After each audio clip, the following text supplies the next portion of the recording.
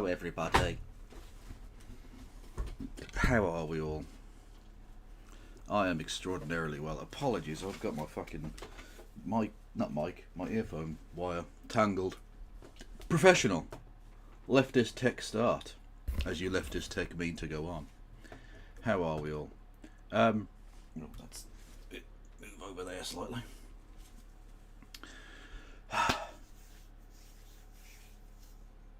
Hello.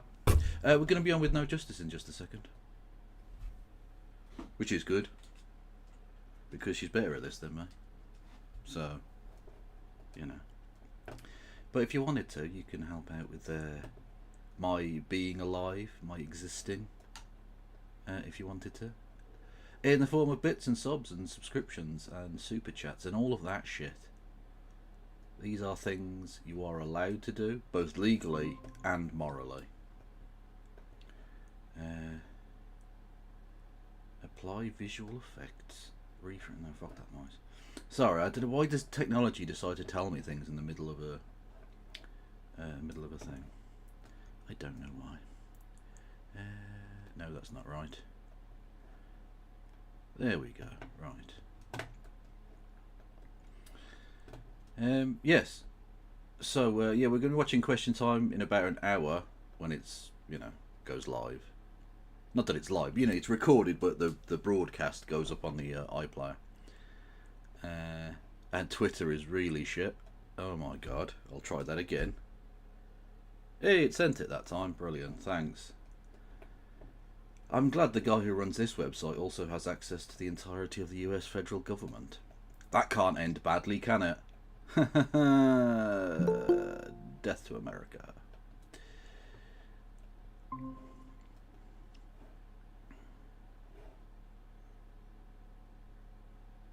Ahoy! R.I.P. Francis Fukuyama's credibility. Quite so. Although, to be fair, that motherfucker's been dead for a long time. Ironically, the history of that ended a long time ago. Because he's a cunt. Anyway, how are you? I'm not too bad. I'm still pretty ill, but I'm surviving. Oh, God, you're milking this, ain't you? Eh? It's somehow worse today than I was yesterday, but whatever. No, you sound fine, to be honest. You sound lovely. What a gentleman I am. You're very welcome. Very, very true. Yes. Well, I would ask what you've been up to, but you're probably just being in bed sick then, I imagine. Yep, I did not. I left bed to go to the shops to pick up paracetamol. That's what I did. Fair enough. Well, I mean, I really can't strain any content out of that. There's nowhere I can take that, chat. I apologise. Just give both myself and No Justice money for that. True. Because, I mean, at the end of the day, it's the American citizens you should be worried about. They've just put a 10% tariff on Games Workshop. They literally did. They did. Although they've also put tariffs on penguins. So, you know, there's that. I often feel like I need to start trade wars with other species. Like, literally, one of my favourite Bushisms isn't even when he misspoke as such, but he did misspeak, but not in the kind of usual way he does, or did. He said, I believe that human beings and fish can coexist peacefully. Which suggests that he thought there was a war between the humans and the fish at some point in the past. Which is just, I love the head lore of that. What's going on there? We have fully made good on that recognition. True, very much so, yeah. So no more krill imports into the United States. I imagine that's what the penguins are mostly about. It's the small amounts of fish and moss. I don't know. What the fuck? Outside of that, what do penguins even do? Well, a dance. We know that. We've seen the documentary. Tap dance, yeah, exactly. Yeah. There you go.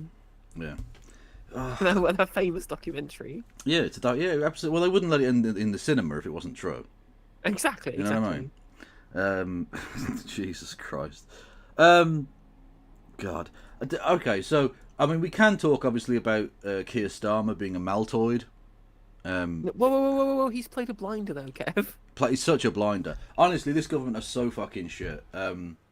Literally everything they do is just the worst it could be. I think They, Get some help. they genuinely think they've done well here.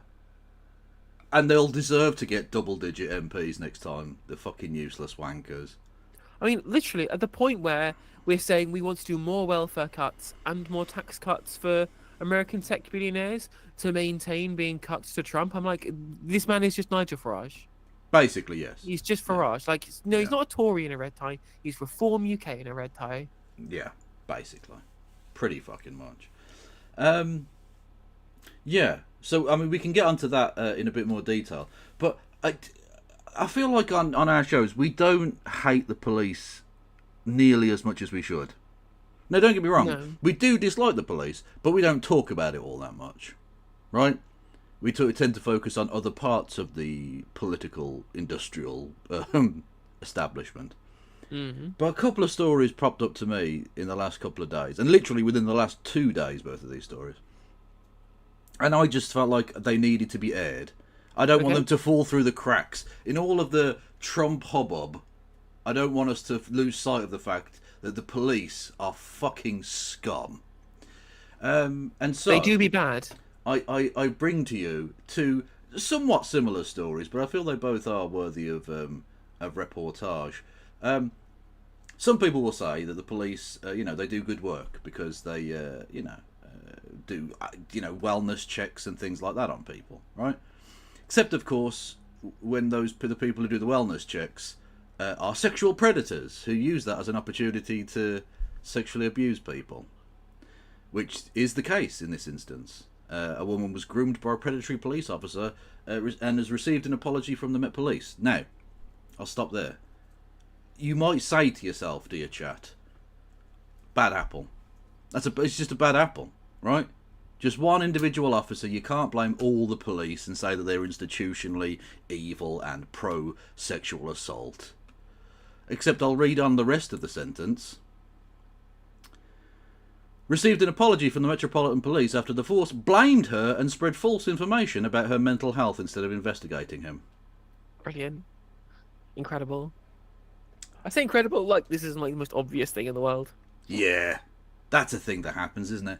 Lorraine, not her real name, accused the Met, that's the Metropolitan Police, that's the organisation which deals with policing in London and counter-terrorism for the whole country, so that's nice. Tried to discredit her over her complaints against PC Phil Hunter, whom she met when he made a welfare visit to her home in 2017. Now, that's bad enough, right? Except the story literally gets worse in the sort of second half of the story, because that was the story that initially broke of this evil. And it turns out, though, that not only was, it was this particular department, but the department in question was the anti-corruption department, and the PC in question was... I don't want to do this anymore. Didn't need that fucking noise alert right now, thank you very much. The person in question happened to be on the same squad as PC Wayne Couzens, the killer of Sarah Everard. Wow. Did he happen to be on the same squad as Bastard Dave as well? I can't remember if they were on the same team or not. But yeah, so literally one of Britain's most senior policewomen is under fire after Scotland Yard admitted the anti-corruption unit she tried to discredit victims of sexual predator officer in Wayne Couzens' squad. Yeah, it's 5 bad apples. We've just got 7,000 bad apples. It's just they're all bad apples.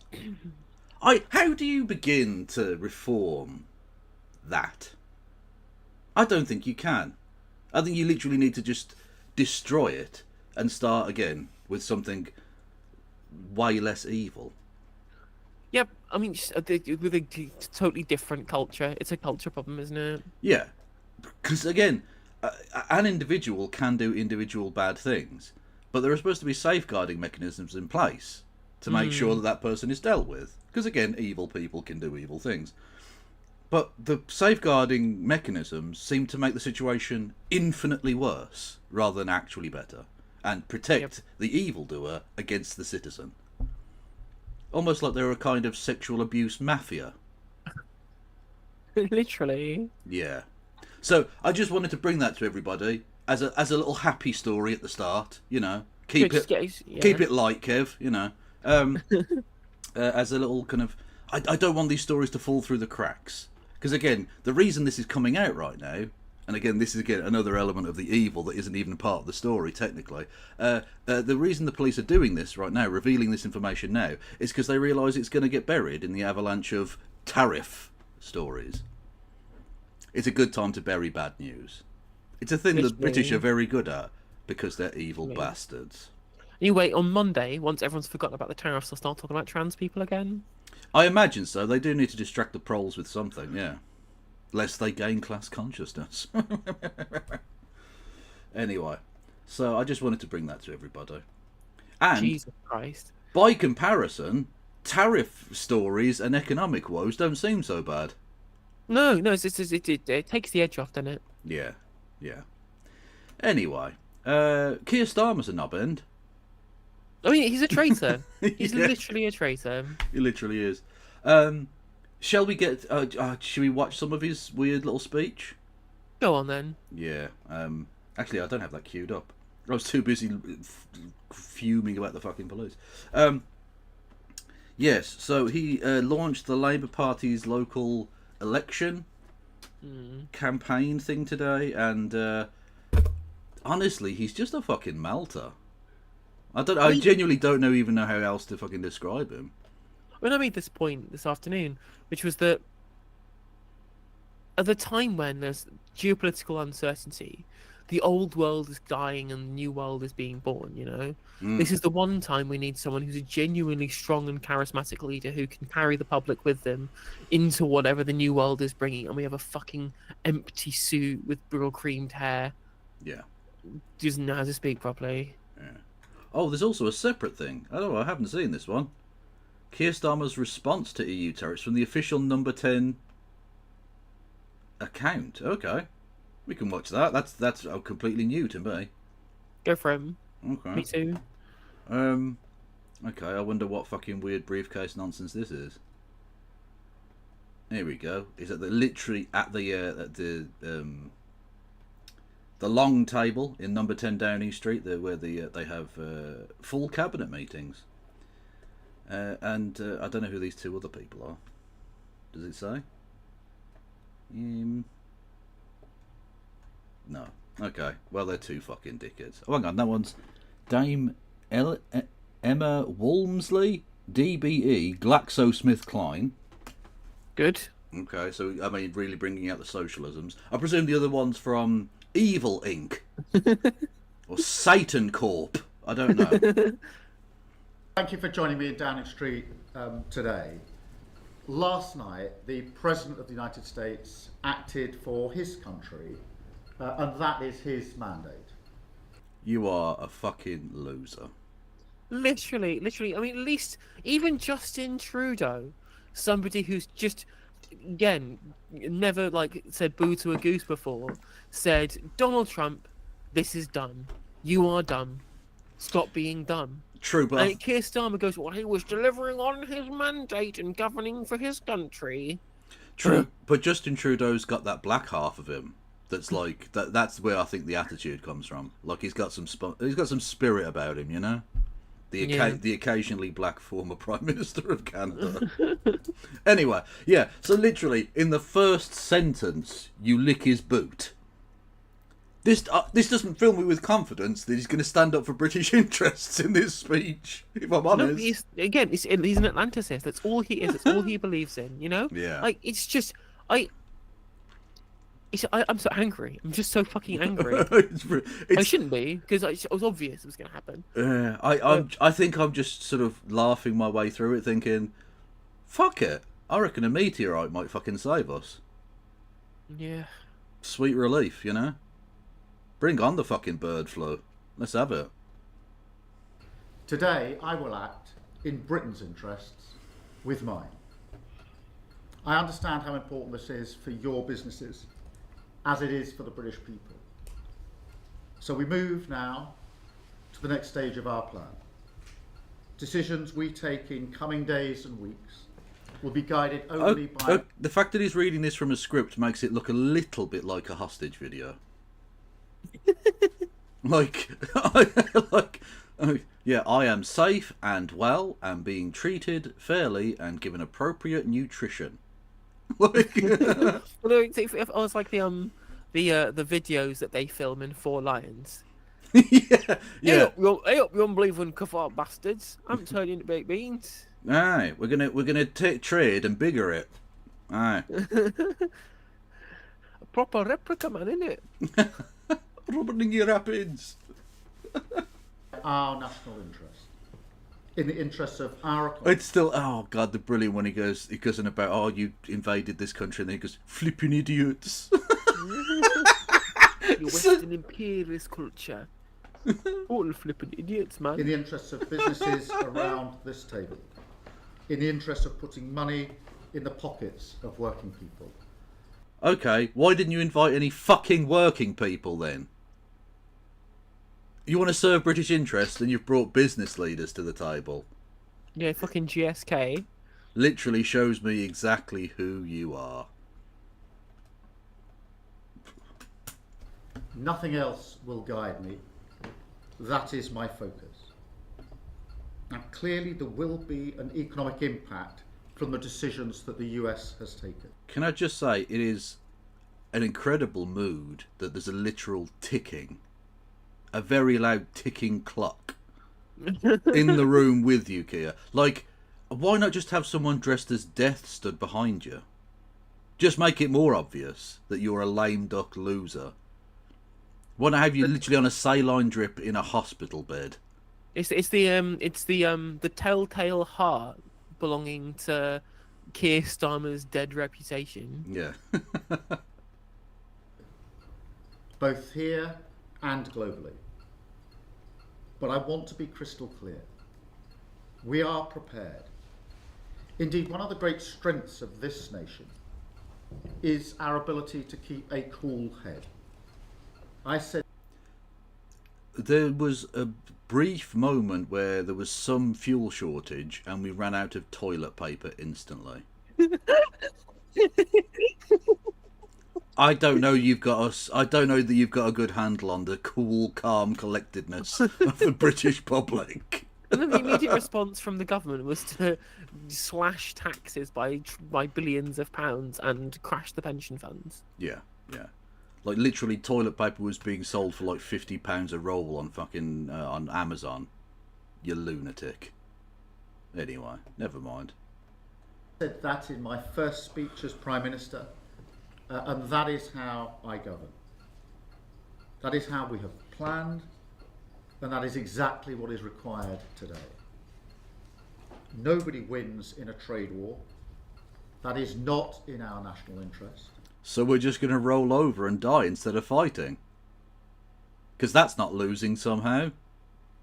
But I mean, the trade war has been imposed upon us, right? Yeah. You got to fight the trade war dirty. That's what I was saying before. Get a fucking economic alliance together with Canada, the EU, China, India, and Africa, Yeah. fucking whatever countries, and then just isolate America from everybody else, right? They want to play the isolationist game. Fucking let them be isolated, you know? Yeah, absolutely. Like, he's sort of implying the Blitz spirit, right? The keep calm and carry on motif of British history, which, by the way, is complete bollocks, but we'll skim over that for a second and just say the reason that people were able, to the degree they were, to keep calm and carry on is that we were fighting back. We weren't just like getting bombed and doing nothing. It was keep calm, we'll win in the end because we're fighting them, you see? No, Yeah. we've rolled over and they're just going to keep bombing us and we're going to pretend like it isn't happening. Yeah, there's a difference between stoicism and cowardice. Yeah, exactly. Yeah, absolutely. There's a difference between calmness and capitulation. Yeah, literally, it's just so like that's exactly what it is. It is capitulation. We are totally capitulating, you know. And one of the things I impress upon everybody that's shit about Reform UK is that they want to be the vassal state. They are desperate for us to be the vassal state of the United States, and Keir Starmer's just fucking giving it to them. Yeah, Nigel absolutely. Farage will to waltz into number 10 in 2029 with and getting inviting President JD Vance to his bloody. Don't speech at Downing Street. Please don't Simpsons tempt fate now. Don't predict things because it'll come true, and I don't want it. Oh god. We'll just have this weird, like, combined garbage. We'll just be like the finance sector attached to America. Well, this is what the And Tories wanted. They wanted us to be a fucking tax haven. And that's what we're going to become. We're going to become fucking Europe's new Switzerland 2.0. yeah. Fucking hell. Unbelievable shit, man. This is embarrassing. Like, and it literally, he's like, oh, well, we held out the dangling these tax cuts. So that's why we've got half of the percentage rate of Europe. No, it's because we were only giving 10% in the first place, according to Trump's weird maths. Brazil didn't offer anything like that, and they got exactly the same rate. Exactly. Like, we literally handed over everything they could possibly have wanted, and it made no impact. Like, if we need more proof than that any amount of frustration in front of the Trump regime to try and get them to go soft on tariffs was completely pointless and was going to lead to nothing, they fucking tariffed Israel Yeah. at 17%. By the way, inshallah, brother Trump has taxed Israel more than the Taliban. Didn't see the Islamist bent. Did not see the Taliban arc from Trump coming, but you know what? Fair play. Well done. We have a fair and balanced trade relationship with the US, negotiations on an economic prosperity deal, one that strengthens our existing trading relationship. They continue, and we will fight for the best deal for Britain. This man is literally going to sell us. We're going to be fucking slaves in chains to America by the end of the week. Honest to God. Just please fuck off, mate. Just being a signed down number in the Amazon warehouse. Yeah, exactly. Standard issue piss bottles, the works. Let's go. Nonetheless, I want to be clear. I will only strike a deal. Like literally, did you see? Again, I mean, he's turning himself into the 21st century political theorist of his age. Where is he? Ed Davey. The Lib Dems have called on the government to launch a Buy British campaign instead of designing a Made in Britain logo for products following Trump's tariffs. So even Ed Davey's like, maybe we should strengthen our own markets. Maybe we should do that a little bit, you know? Although, don't we already have Made in Britain signs on all of our produce? Basically, yes. But the point being is that we should try and encourage domestic consumption rather than importing shit because it's going to be way expensive. So literally Ed Davey, fucking wet blanket Ed Davey, hobby horse Davey. Again, bulwark, the bulwark of the British bulwark against American imperial exceptionalism. Absolutely. Fucking hell. How are we here? What fucking fever dream nightmare have I walked into? I don't know. But can we stop? Can we get off at this point? I don't like it. If it is in our national interest, and if it is the right thing to do for the security of working people, protects the pound in their pocket that they work so hard to earn for their family. Oh, whoa. Keir, you've committed the cardinal sin for a Labour Prime Minister. You've said the pound in your pocket. This isn't going to end well. No. That is my priority. That is always my priority. So today marks a new stage in our preparations. We have a range of levers at our disposal, and we will continue our work with businesses across the country to discuss their assessment of the options. Oh no. As I say, our intention remains to secure a deal. And America's intention remains to fuck us. What do you mean? Like, I don't care what your intentions are. Your intentions are fucking dumb, mate. Like, you're not going to achieve any of it. You're not getting a deal. Fucking several prime ministers have tried and failed. Theresa May held his fucking hand like a demented old... We can get a deal with Joe Biden. Joe Biden. Literally, we couldn't get a deal with Joe Biden. If we can't get a deal with fucking Sleepy Joe, how do we think we're going to be able to get a fucking deal with Donald Trump on the warpath? Have we considered sending him over to play golf? He might give us a deal when he's playing golf. I think that's about it. Just distract him. Maybe. I think Doe should look into all of this government money that's being used on golfing trips. You'd think so, wouldn't you? Or the many billions of dollars being given to a guy who can't build a rocket that doesn't explode. Thank you, Katie Marshall, with the donation. Sir Kid Starver is a fool. He True. is. That he is. A very astute comment. Yeah. Oh, for fuck's sake, go on, play. Off the table. We have to understand that just as with defence and security, so too for the economy and trade. We are living in a changing world, entering a new era. We must rise to this challenge. And that is why I've Hang on, whoa, instructed time out, dickhead. Okay, we're entering a different world, so why hasn't your fucking policy changed? At all? Your policy, you realise that the world has changed, it's a different dynamic, and your policy is still, maybe if we suck the Americans' dick harder, it'll be fine. No. Is it chat? Is this making Brexit work? Oh well, definitely. This is what I reckon. The Brexiteers think it is, because they're fucking idiots. my team to move further and faster on the changes I believe will make our economy stronger and more resilient. Because this government will do everything necessary to defend the UK's national interest. Literally, hang on a minute. Everything necessary. You could literally replace this entire speech with, I will do the good things and not the bad things. Well, that's his policy. Yeah. His policy is to just say things and hope it works out. From day one, that's what it's been, yeah. Yeah, and to be fair, it's more understandable that he doesn't have a long-term plan for this, because this is a newer thing.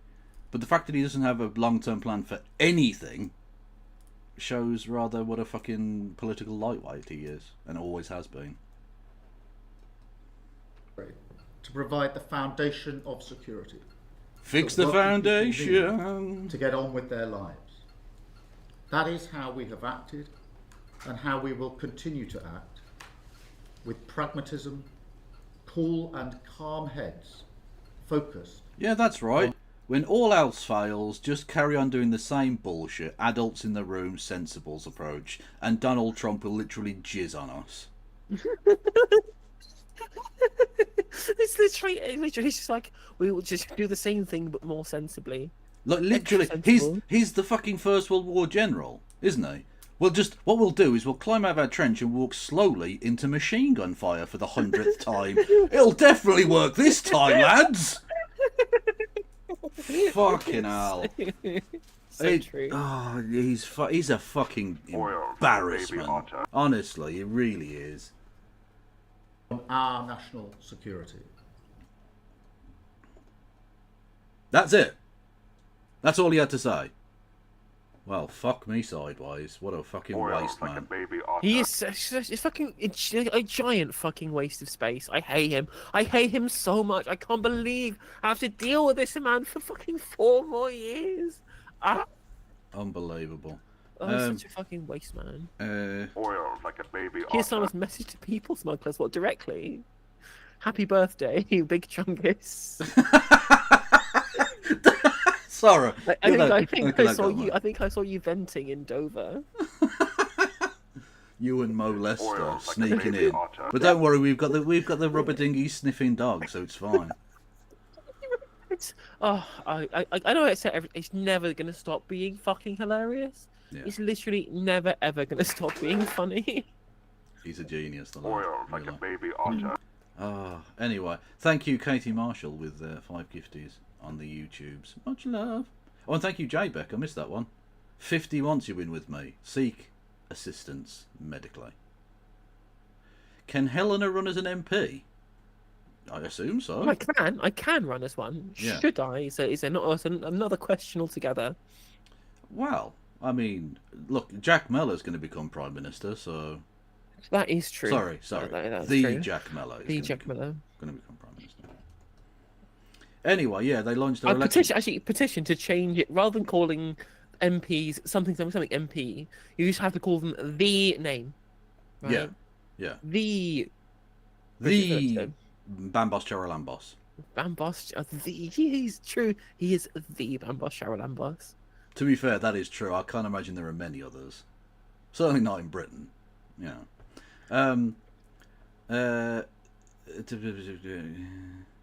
Can you take money for Arsenal tickets? No justice. I think she definitely can. Yeah. Give me some Forest tickets. We'll talk. Well, I mean, to be fair, I was going to say, give me some Nottinghamshire tickets. And I was like, wow, cheap date. Yeah, I was about to. Yeah, you're selling yourself short there. County Championship, 20 quid in for the day. Literally. Yeah. Like what bought you out of all of your principals, Helena, when you got into government? Got tickets to the Big Bash. Yeah. Oh. I got tickets to the 100, which you can see for free anyway. Yeah. Oh God. Okay. He was there again on Saturday in a corporate box, wasn't I? Wanker. Yeah. God Almighty.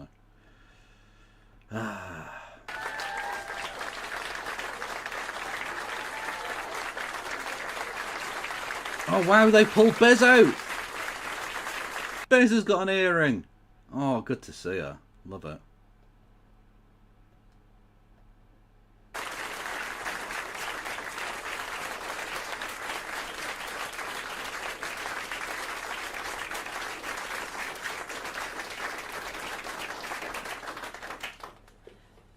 It's brilliant to be in Derbyshire to launch our local elections campaign at the headquarters of Peak Pharmacy, a company.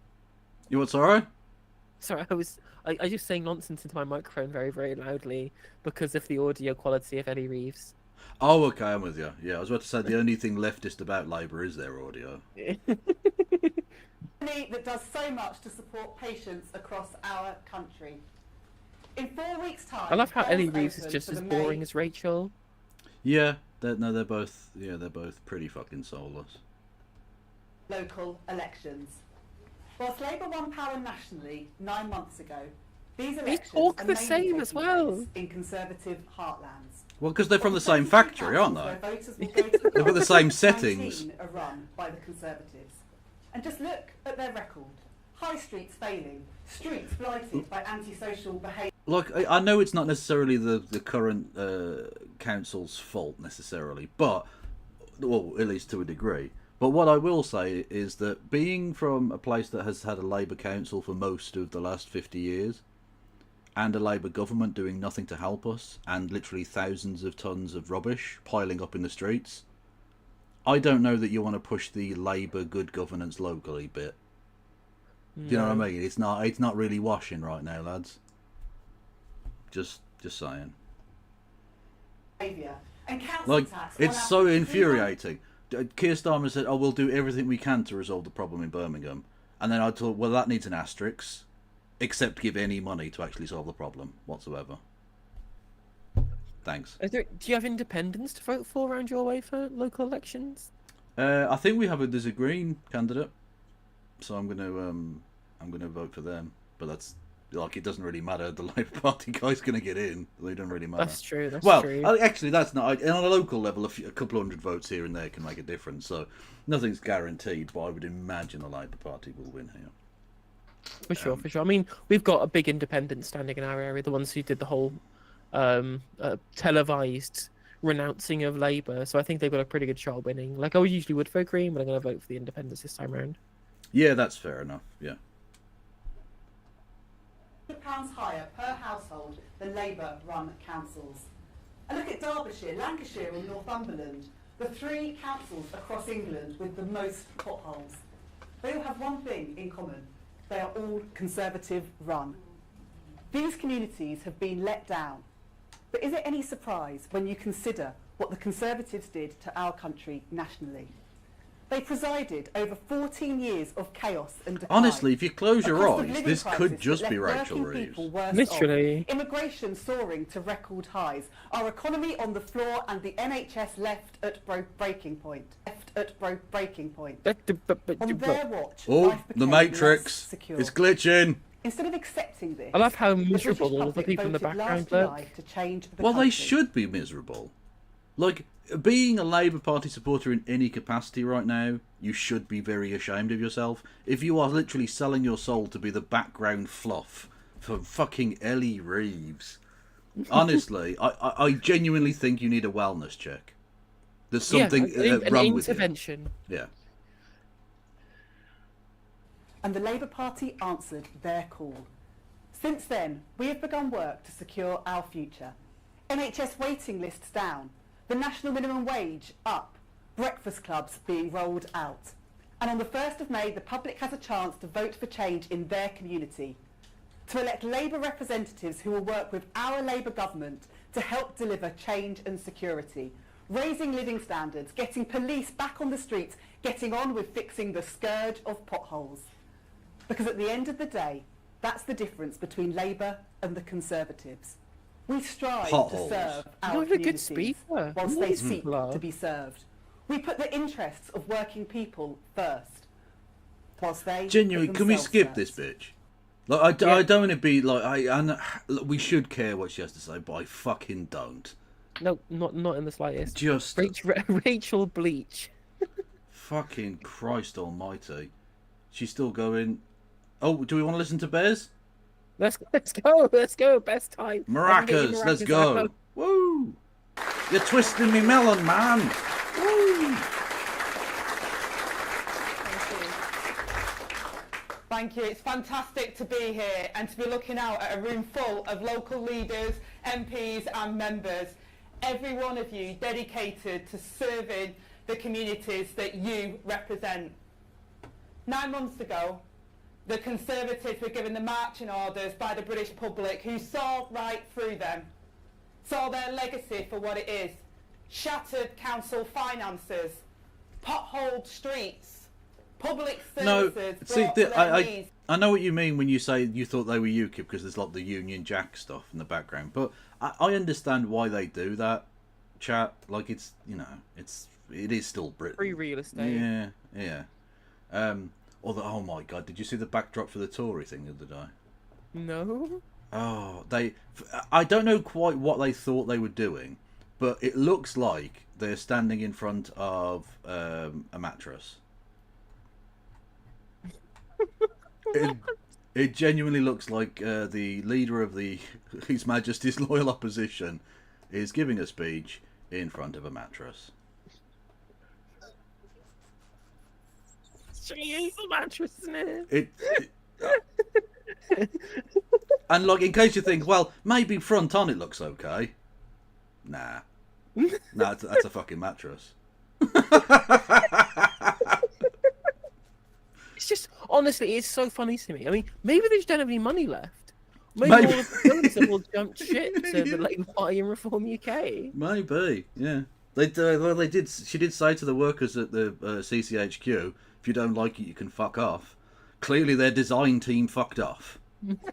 But like the podiums they've got, they look like the fucking. Yeah. They're like low rent too. Yeah. No, it is tacky and shit. This does not scream government in waiting to me. No, I mean, because they're not. They're not. Again, No, I no, said, they're I not, said it. no. I said it before, and I'll say it again. It's going to be incredible at the next election. After their worst result in living memory, they are going to lose seats. Yeah. Incredible stuff. Bravo. Like, how do you have things be this low rent? Well, again, they're working on a budget, I guess. All of the corrupt money went to Labour because they're now in government. So, like, they're not getting illicit money, and they sure as fuck don't have many members. So, where are they getting money from? It was just funny that their election, their local election slogan is Labour's jobs tax. Well, half people don't even know what that's referencing. And Yeah. how is that even relevant to fucking council elections? How is that relevant to local politics at all? It These isn't. motherfuckers wet potholes. Yeah, exactly, yeah. And, like, you're sort of repping your opponent. You're not even saying anything you're going to do. Like, Yeah. tell me, like, say, like, pothole revolution or something. You know, tell me what you want to do, not what you think the other party is doing that's a bit shit. That has Well, nothing to do with this anyway. But it's unironically what Keir Starmer was like opposing Boris Johnson, you know? Just Yeah. said, well, they're bad. What do you believe in? Well, It's a mystery. Well, it worked out so well, didn't it, for the Democrats? Just say Orange Man bad, and you'll definitely win. People will vote for not Madman. Well, at least they were saying Orange Man bad as the incumbents, right? They were Well, I saying guess. don't let them fuck up what we've started, which is a reasonable line to take. Whereas Kemi and Co is like, what do you believe in? Nothing. What's your name? Not Keir Starmer. What's your party? Not the Labour Party. Like, who the fuck are you? Yeah, that's a good point. And communities left behind. Well, I say no more. Last July, I'm sure I believe Britain that. voted Yes. for change. And it was a turning point for our country. Yeah, but we hoped that change would be good change, and not shit change. And that's what we got, unfortunately. It was shit change. It was an opportunity to make sure that communities right across the UK felt the benefit of a transformative Labour team in office and unlock our country's full potential. And that's what our Labour government has been doing through our plan for change nationally. And today is why I'm so pleased to be here in Bolsover as we launch our campaign to bring change to Britain through local government and It's so frustrating they're in Bolsover, because Dennis Skinner would despise you. I'm so true. He absolutely would. You fucking garbage bag. What was it? Non-binary says, I did some digging and the US has 15 bases on US soil around the world, and we assume that 117 million is given to maintain these bases in the UK, add 10% for countermeasures. Well, yeah, clearly. Yeah, we know that they use their bases for spying, not just on Britain but on people in Europe. But it gets even worse. Not only do they have military bases in Britain, but they also involve themselves in British universities, right? Which isn't the end of the world. Cooperation is good. But unfortunately, now that Trump's in, he has to be mental and horrible about it. Where is it? I definitely bookmarked this. Don't fucking start with me, you pricks. Here, no, that's not the right one. Here we go. Right. Stop sharing.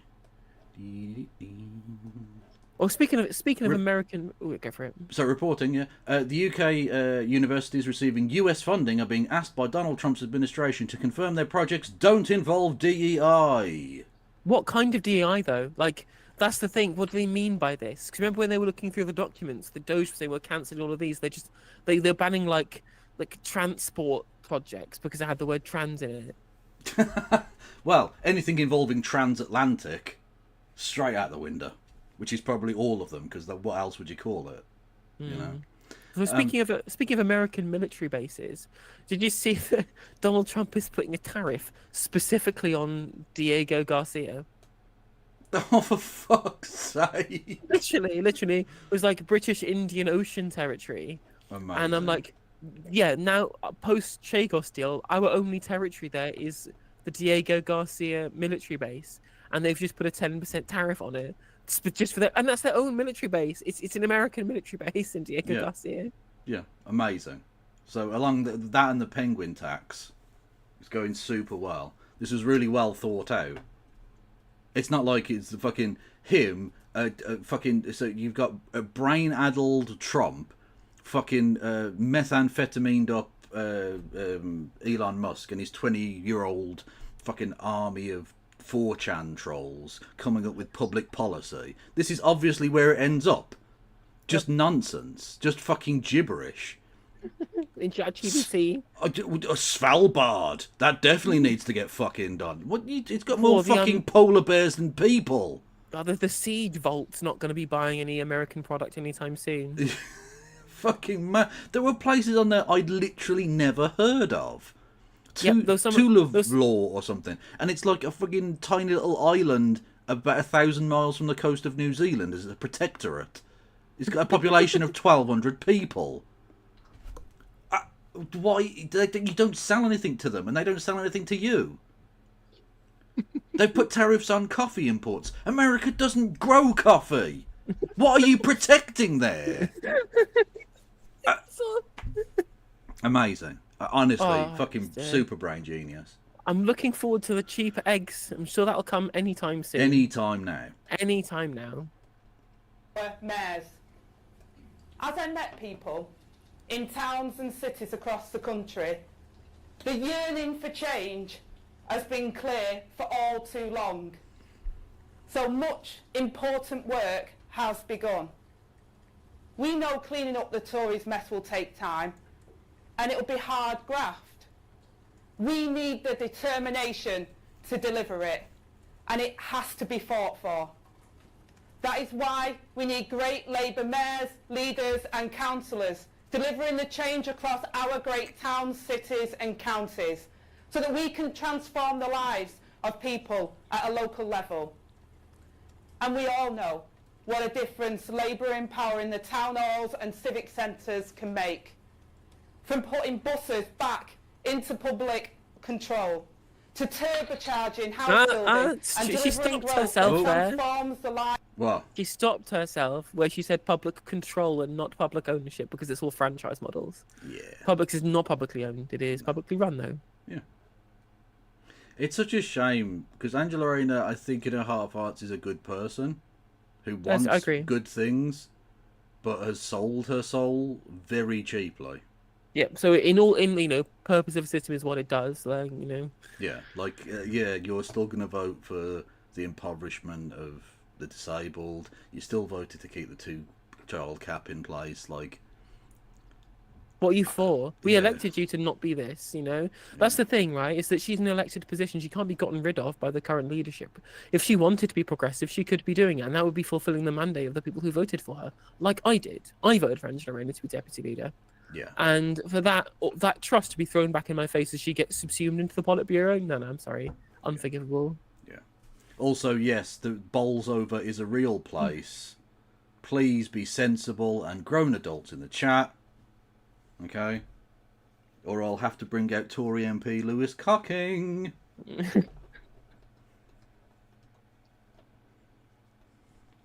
Lives of people and communities the length and breadth of Great Britain. That is what Labour... And by the way, the leftist audio is not at mine or Helena's end. It's at Labour's end. That's, The not leftists, the one with the leftist audio. yeah, ironically, yes. offers on May the 1st. And I know our great Labour team will be working hard across the country, from Lancashire in the north of England to councils across the south, to deliver that. Our fantastic mayoral candidates will be at the heart of this. Margaret Pinder in Hull and East Yorkshire, Anna Smith for Cambridgeshire and Peterborough, Jason Stockwood for Greater Lincolnshire, Helen Godwin for the west of England, and Ross Jones, who has worked so hard for Doncaster for the last 12 years. With a Labour government in Westminster and Labour mayors across the country, they will get the very best for their combined authority or city, because that is what we offer, a team. From the Prime Minister Keir Starmer and myself, to our mayors and local leaders, all fully focused on the change that our country needs. We're just getting started, and we're already turning the page of 14 years of chaos and decline. We all saw what Tory failure meant. What does... Yeah. It doesn't seem to be very... I mean, to use a certain phrase, it's nice, isn't it? The quiet. Quiet. Otto English having a fucking nightmare today. Oh, bless him. Him and James O'Brien are the real victims here. It's true, it's true. Toll on our roads, on our high streets, on social care, and the betrayal of levelling up. Labour is turning the page. With £5 billion of new funding for local services, a record £1.6 billion to fix our local roads, and new powers for our brilliant local leaders to drive the change. On the 1st of May, people across this country have the opportunity to bring change to their local communities and make sure the Conservative councils who have let public services crumble and our streets filled with potholes are held to account.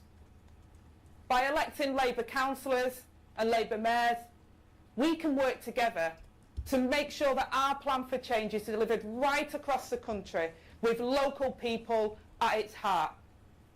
That's why we must bring change to our local areas. Okay. You say change about 1 million times. That doesn't magically make it happen. It's not an incantation. No, it is. No, you press the grow button and say change a lot, and everything gets fixed. That's how you fix foundations. That's how you do it. True. Everyone. The magical formula. Yeah. And it's why it gives me great pleasure to introduce Keir Starmer, our Prime Minister and the leader of the Labour Party, to speak to us today. Oh, brilliant. Well, it's 5 to 6 now, 5 to 9 now, so unfortunately Keir Starmer's cancelled. Yeah, don't need to listen to this wanker. I need to go to the loo 1 second. I'll be right back and then we can do some question time. Thank you. Thank you very much. Thank you, Angela. What a brilliant Deputy Prime Minister she's proving to be. Thank you, Ellie, for leading this campaign. And thank you to all of you for such a warm welcome. It's brilliant to see you all in this room today. And fantastic, as others have said, to be here in Derbyshire. What a beautiful place and what a beautiful day it is. Actually, I don't want to listen to him. I actually don't. I did that as like a joke. I was like, oh, yeah, no, we don't need to listen to him. But we actually don't need to listen to him. I don't care what he has to say, in all honesty. And it wouldn't matter what he said. Because he's just a briefcase. A sooty briefcase wank boy. Anyway. If you're enjoying the content where I swear creatively at the Prime Minister, why wouldn't you? You can. For both myself and No Justice. You can follow. You can subscribe. You can subscribe with Amazon Prime. You can give subs to the community. You can do bits messages. If you're on YouTube, you can subscribe for free. You can thumbs up the video. You can become a member for 99p. You can give memberships to the community. And, of course, you can do super chats. Which I will read out, especially if they're offensive. So, you know. What is this lump of shit? That's the Prime Minister, as Friends Roast, unfortunately. Yes, question time will be with us shortly. Usually starts at roughly the top of the hour. Is he important? No. No, he is not. Morgan McSweeney's important. Oh, God, that might be his com face. Oh, no. Oh, see, I didn't need that thought in my head. This man doesn't seem exciting enough to have ever ejaculated. Oh, I feel sick now.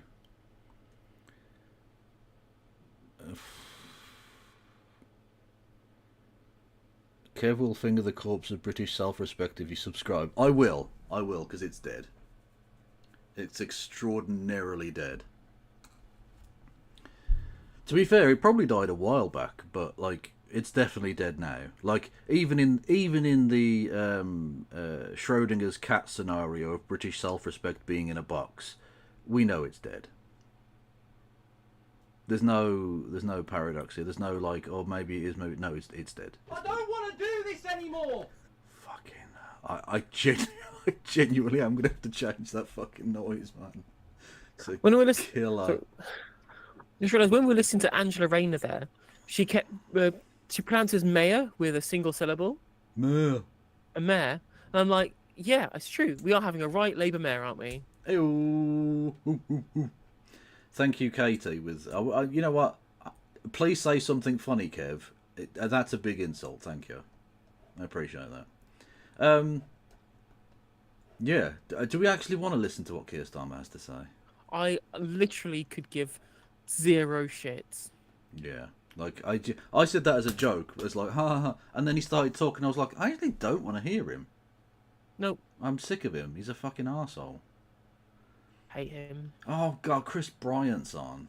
Oh, he annoys me, Chris Bryant. He's not by no means the worst of the Labour MPs, but like he is pretty fucking melty. And that's my favourite Chris Bryant moment was when someone responded to him on Twitter with the picture of Sideshow Bob stepping on rakes. Yeah. And Chris Bryant responds with the genuine phrase, "Are you suggesting I should be hitting the head repeatedly with hammers?" What the fuck does that mean? I don't know. Did he It's a think real they were hammers? Yes, he did. It genuinely feels like a Gary Sambrook eats big dinners moment. It is a bit weird, that. I don't know what. He's very strange. That's exactly, Solly. He gives me Weasley vibes. Like, he's just, oh god. Although, as I've said before with him, he's the first man to ever have a gay marriage in Parliament. Which is, that's momentous. Yeah, that is cool. Also, I didn't realise before I learnt that you can get married in Parliament. But you can. Apparently so. Also, apparently, Jack gifted 20 memberships. I just completely missed it. Thank you, the Jack Miller, for the 20 gifted. That's incredibly generous of you. It's okay. I did some shilling when you were gone, so I'm going to take an assist on that one. Hey. Thank you. Wrong thing to think of. Just say something funny about our government. Is there anything funny to say about our government? It will not be here in 5 years' time. What, any government? No, this the entire system of governance in Britain will have collapsed. We will be a lawless hellscape of Mad Max proportions. Yeah, I'm here for it, if I'm honest. Let's fucking go. Absolutely, I am. Yeah. My money's on the NCR. I did not see Trump becoming Hamas being the new thing, but here we are, people. Here we are. Oh, hang on. Oh, we're starting. Righto. So do you want to do your, like, I'm raiding out now or whatever? Yes, I did just put the link to my Twitch in the YouTube chat so we can watch Question Time. If you want to, we only watch Question Time on Twitch, just in case YouTube copyright cucks us. So I post the link for my Twitch in the chat in YouTube. So if you're watching on YouTube, please click the link and join us over on Twitch. And after that, I'll be also raiding out my stream into Kev, so you can continue watching for there should you want to. But please come and join the link. I've posted 8 times even in the YouTube chat.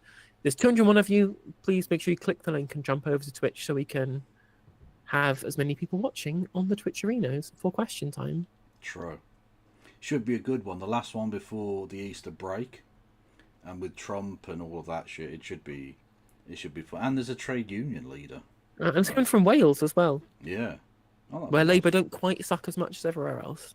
Although they are about to be wiped out in Wales because, they just sort of, sold out their voters there.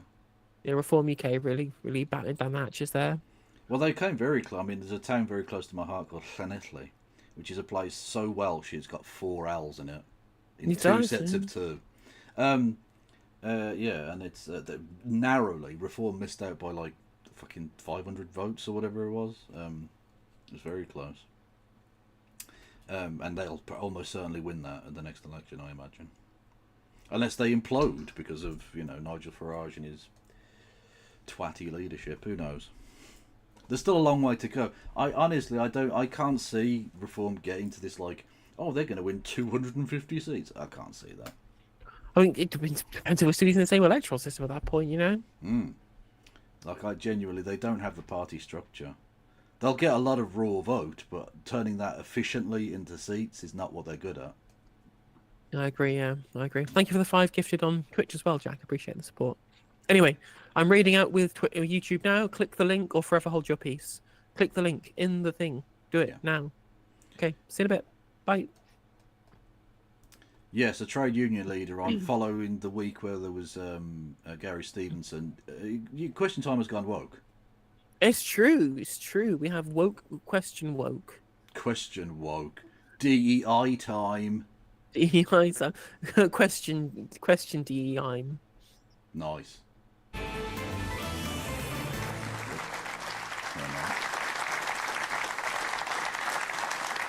From the UK Labour government is Chris Bryant. He's a minister in the Technology and Culture Department and has been an MP since 2001 in what is now the seat of Rhondda and Ogmore, 30 miles or so along the road. Mims Davis is Shadow Secretary of State for Wales, having previously served as Employment Minister in the last Conservative government. In July's election, the Conservatives lost all 12 of their Westminster seats here in Wales. Can we just take a second to appreciate that stat? Beautiful. Love it. Honestly, Wales, love you. Love you. At Plaid Cymru for nearly 2 years now is Reen ap Iorwerth. Plaid are committed to Welsh independence and have 12 seats in the Senate. That's a fifth of the total. The journalist and commentator Emily Sheffield has been deputy editor of British Vogue and also ran the London Evening Standard. More recently, she advised the Conservatives during last year's election and now also works in AI. And Siobhan... Oh, God. Just that last sentence alone. Get fucked. I don't want to do this anymore. But Well, your sweet time. yeah. But the fact that she ran the London Evening Standard, which at the time I think was being edited by George Osborne. George Osborne, who... what are your opinions on George Osborne? Love him. Big fan. Yeah, that's fair, that's fair. Yeah. Anna Taj has been General Secretary of the Wales Trades Union Congress since 2020. The organisation looks after the interests of around 400,000 workers. Thank you, Rachel. I don't want to do this anymore either. Dickhead. Good evening. Welcome to our panellists. Welcome to our audience here in Cardiff. Great to see you. And, of course, welcome to you at home. Let's get cracking, shall we? Let's not waste any time with our first question, which is from Dave Holmes. Who is Rachel Reeves trying to convince that we'll be £500 better off under Labour when energy, water and council tax prices are all going up? Right, so... Well, that's much the same as they were definitely going to reduce energy bills by £300 and then have seen them rise every fucking time. And it wasn't even like, we will eventually get to that. It was, we will do this. They even said it in a bunch of their election material. We'll do this through a windfall tax on the oil and gas companies. And I'm like, well, that fucking worked, didn't it? Yeah, thanks. Thanks, everyone. And the biggest irony of all this is that if they wanted to reduce energy prices really quickly, they could just change marginal cost pricing. They could just do that at any point by clicking their fingers, and they just haven't. Yep. Well, because they're bought and paid for by rich bastards. They're not governing on behalf of you and me. Don't be silly. So the government said after the spring statement, which is, a couple of weeks ago now, that people will be £500 a year better off by the end of the Parliament than they originally thought back in October at the time of the budget. So that is the claim from Labour. You sound very sceptical about that, Dave. Well, yeah. I don't think anybody I've know or speak to thinks they're better off at the moment. Or even that they will be better off, which is what they're claiming. Yeah. Chris? It's really tough for an awful lot of people. I'm the MP for the Rhondda and Ogmore, and I know from my own constituency how many people have had, for instance, their latest bill from Dŵr Cymru. They're shocked. They think it's an awful lot of money. They know, obviously, that we've had half the roads dug up in the Rhondda over the last few months to sort out some of the sewage problems. And a couple of years ago, all of the Rhondda Fawr and the Rhondda Fach was dug up because they had to put in new water systems. So all of that investment has to be paid for somehow. But... Okay, hear me out. If we're going to pay for it anyway, why don't we fucking own it? If we're paying for it at the end of the day, it's not private fancy money coming in. We're paying for it through our bills. Why don't we just own that shit? Because I tell you what, I wouldn't mind the roads being dug up to increase and protect infrastructure if I knew that that money wasn't being, A, charged to everybody disproportionately to the fucking poorest, and B, that it was going into the hands of private money to go and fuck off to Monaco or Switzerland or the Cayman Islands. So whilst they're also pumping shit into the rivers. So with Welsh Water, it's a private non-profit. So it's not the same as the problem with like Thames Water and Southern Water, where it's private shareholders milking all the money. But we just found out the directorial salary of the CEO of Welsh Water is £900,000. Ah, okay. Well, that seems a bit dividendy, if I'm honest. But also, is it not profit or not for profit? Because that's an important differential.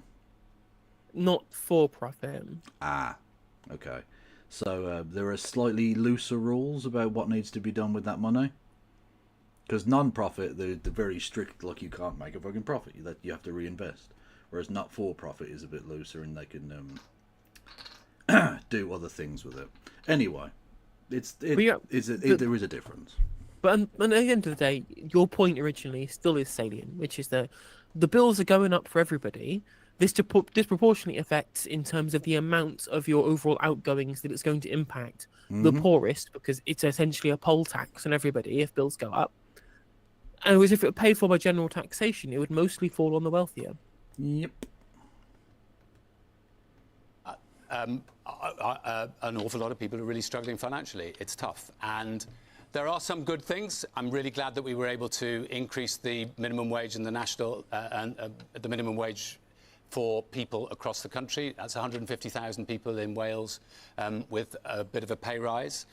It's good that wages have been rising in the last few months ahead of inflation.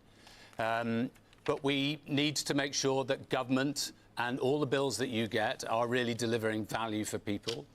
We need to make sure that there's the financial support for people that who really need it. And incidentally, just about water bills, one of the things I've pointed out to quite a few of my constituents who've been worrying about it is that, in particular, if you're a single person living in a house on your own, you might be better off going to a water meter. And of course, there are social tariffs available for mobile phones and for electricity companies and things like that, which we need to make sure that the support gets through to people. But as I say, it is very tough for... Wow.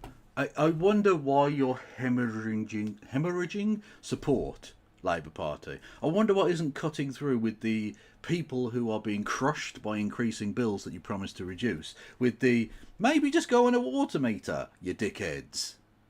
Have you considered individualising this problem? Yeah, like, mate, you deserve to lose. You honestly deserve to lose. Not only is your messaging bad and your comms are atrocious, but your actual policy prescriptions for this are nothing. You're just saying, yeah, it's difficult.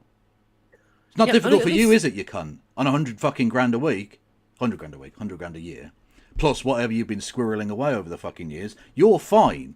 Especially because we pay your fucking bills, literally, on your second home. And the thing as well is that when it comes to the energy policy, for example, you can give them the benefit of the doubt and say, look, well, they've got to be able to build a bunch of wind turbines to increase supply. And that isn't something that you can do overnight. Whatever. Marginal cost pricing, that's a different story. When it comes to water, they literally have zero policy. Their policy for water is let the private companies be a little bit more regulated by Ofwat. That's it. That's their water policy. Honestly. Ofwat and Inshallah. Yeah. Again, you've abandoned the people of Britain, including your own core voters. And you know what? It's going to be reciprocated.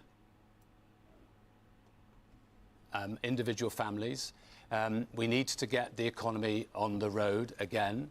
When we came into power last July, somebody said to me, and I thought it was quite an interesting point, that back in 1997, Labour came into power and all our public services were in a terrible state, but the economy was rising.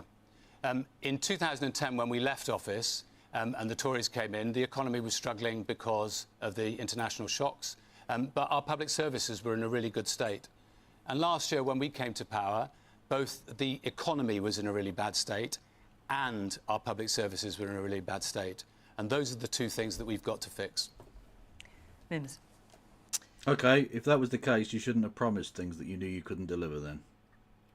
And also, again, this going, well, we need to do good things. Okay, how? You need to fix public services. How are you going to do this? How are you going to have, I don't know, increased taxation on the wealthiest, perchance, maybe? No, we're going to have a Doge chain. We're going to chainsaw Doge away some civil servants, and we're going to help the private sector cannibalise part of the NHS's remit. Literally, that's their policy so far is, how about if we just sack people? How about if we just actually just cut jobs? That'll create growth. Question mark. Like, it's... Not only, I knew they were going to have to make it up on the fly because they didn't have a plan. But I thought they'd come up with something. No, the Politburo just... they honestly don't seem to care about wanting to win in 5 years or 4 years. It's like they've literally already given up on trying to win, so they're just going to do whatever their rich backers have told them to do. They don't even have concepts of a plan. No, they literally don't even have that much. Thank you to Pretty Big Oof for 5 gifties on the Twitch. Much love. Is that a sibling of Priti Patel? It's spelled differently, but Boom. yeah, fuck it, we'll go with it. Why not? I like insulting my viewers, so yeah, they are related to Priti Patel. I wonder if they're as smug as Priti Patel. I don't think that's possible. Anyway, if someone does a gifty now or something, we get on a hype train, and that will make us all a lot sexier. Well, welcome to awful April under Labour, and people in Wales know exactly what it's like, and now having a UK government Hang on a minute. I'm afraid council tax. Is she having first day of speaking lessons?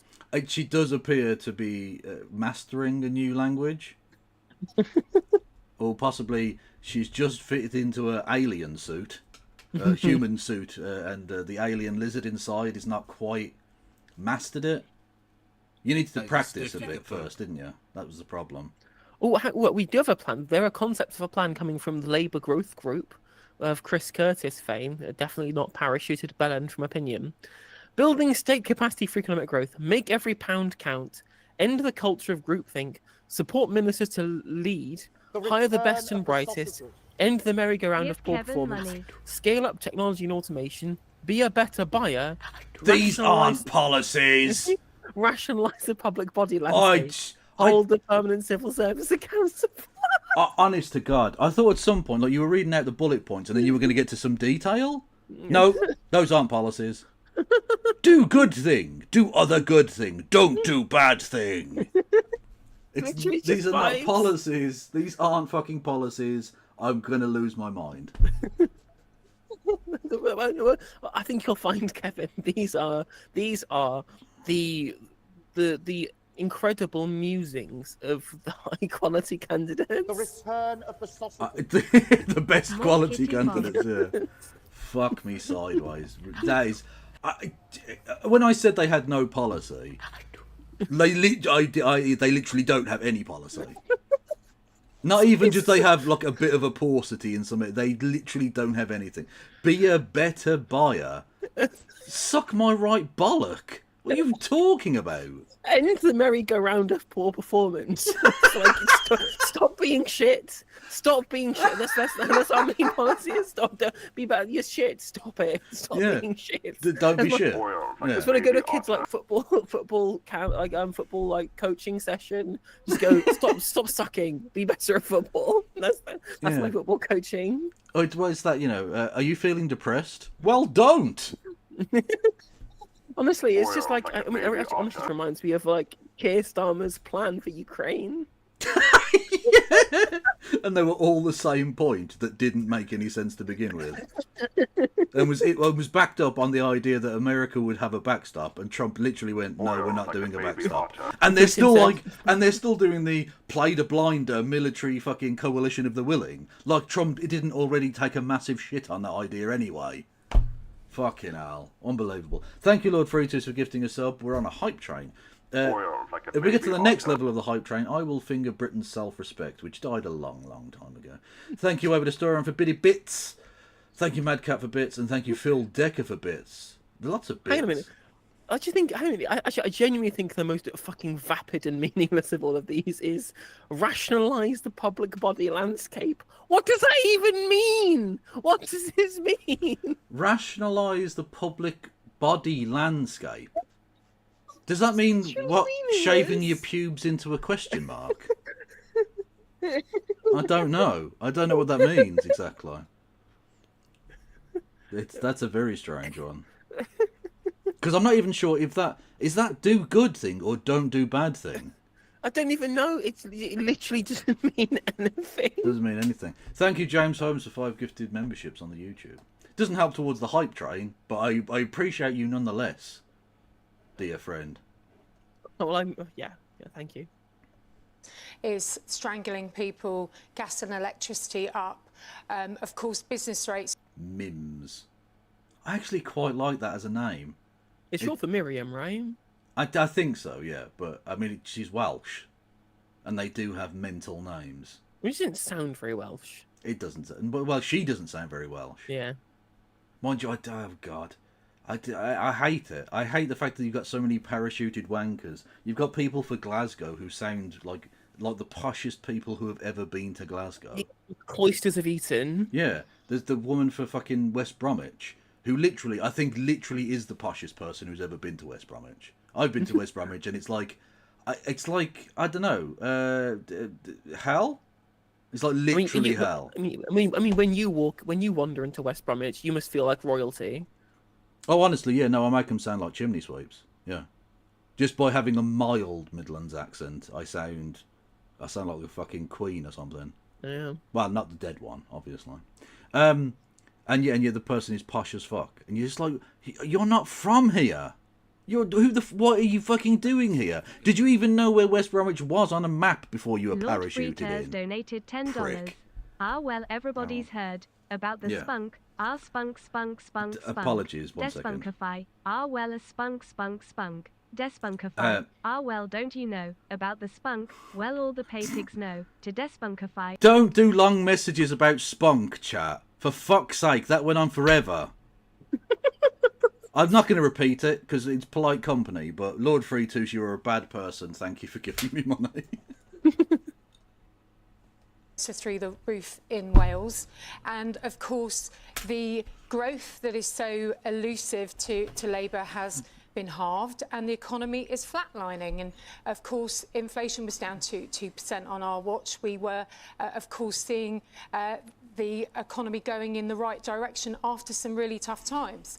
And of course Chris has reminded you all that of course it was back when of course we took over from clearing up Labour's mess back in 2010. Remember, there's no money left in the Treasury. Looks like we're heading in the same direction. Oh my God, they're still bringing up the fucking letter. And what's crazy, right, is that debt to GDP ratio was lower in 2010 than it was in 2024. So if their metric, assuming they are using debt to GDP as the metric here, is 2010 as the yardstick for there being no money left, like, then what? How much worse can you get in your household budget and energy, right? We in repossession territory in 2024. But like, it was 15 years ago, lads. Let it fucking go. He did a joke 15 years ago, and you're still like, no more money left. Letter. Ha ha ha. I mean, to be fair, boomers still fucking go on about the 3-day week and the winter of discontent. Honestly, the amount of people I still hear going on about Golden Brown selling the fucking gold. Oh my God. It's enough to drive you fucking mental. Literally. I thought Baggies fans were right. Oh, when I ever go at like West Bromwich or Wolverhampton, it's just local bands. I don't hate these places. Birmingham's a shithole as well. It's all everywhere in the West Midlands is shit, and we're fine with that. We just go along with it. It's all right. And to be fair, some of you wake up in a steaming mood. Some of us, what? Sorry, wake up in a steaming mood. Yes, well, exactly, because it's fucking shit. I fucking hate them. It's a shithole. All the people are dickheads. I like it. He's so honestly, because he was clearly having a mental issue, right? And he's now moved out to like somewhere in the countryside, and he still does videos sometimes. And he's so chill and peaceful now. Literally, I just don't think urban living was for him.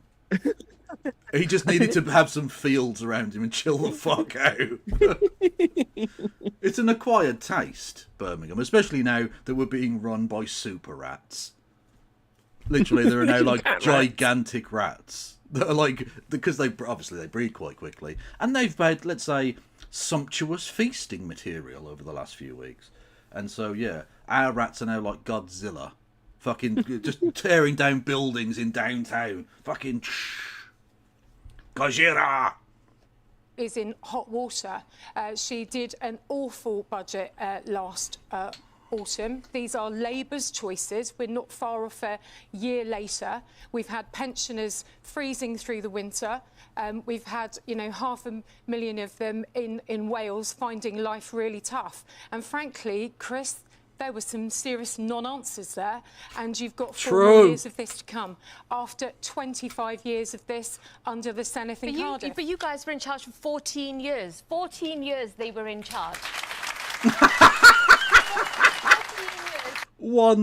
years. One sentence from a sensible human being is all it took for the crowd to start clapping how shit the Tories were.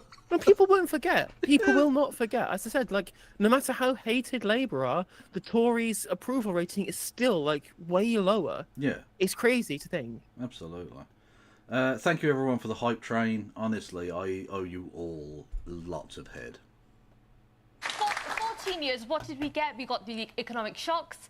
We had Brexit that apparently was going to go really, really well. Bit of a botched deal there that, again, needs to be looked at. Oven ready. We've had for about 200 years, we had not seen this level of an economic squeeze. And you get to sit there and dictate to the rest of us here, ordinary working people, that actually, that somehow, when the Tories were in charge, life was very different.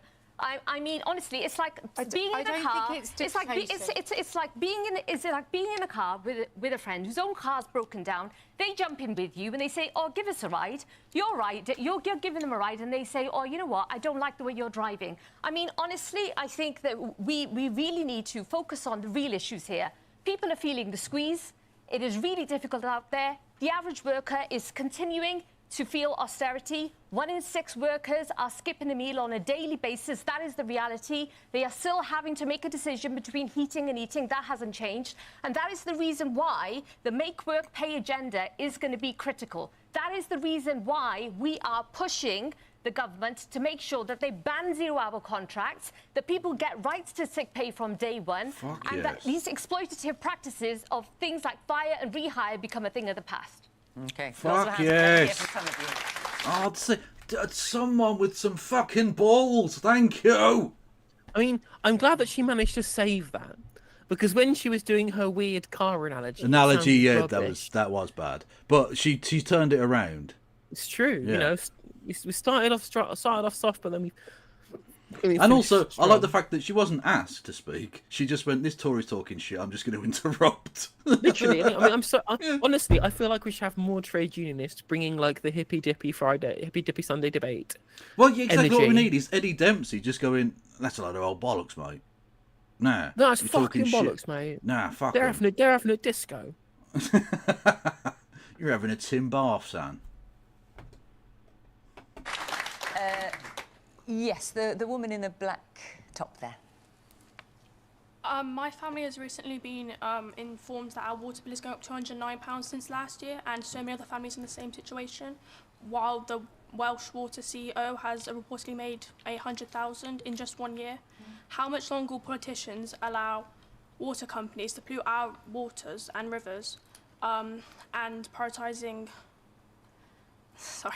Well, prioritising their salaries, I guess. That's probably where you're going. Prioritising the profits of their wealthy shareholders. And I have to say, this is not something that comes out exclusively to Wales. And it's so mad. 800 or 900 grand or whatever. How many times more than the Prime Minister is that? It's 5 times, right? Mental. Although don't give Keir Starmer ideas, he'll just raise the fucking Prime Minister's salary instead. Because again, whenever he can make the wrong decision, he will. Also, thank you, Jack, for the 100 bits. Unfortunately, too many people have forgotten how much George Osborne was responsible. Motherfucker goes unpunished. Very, very true. And the punishment should be severe. And in the form of wooden ancient siege weaponry.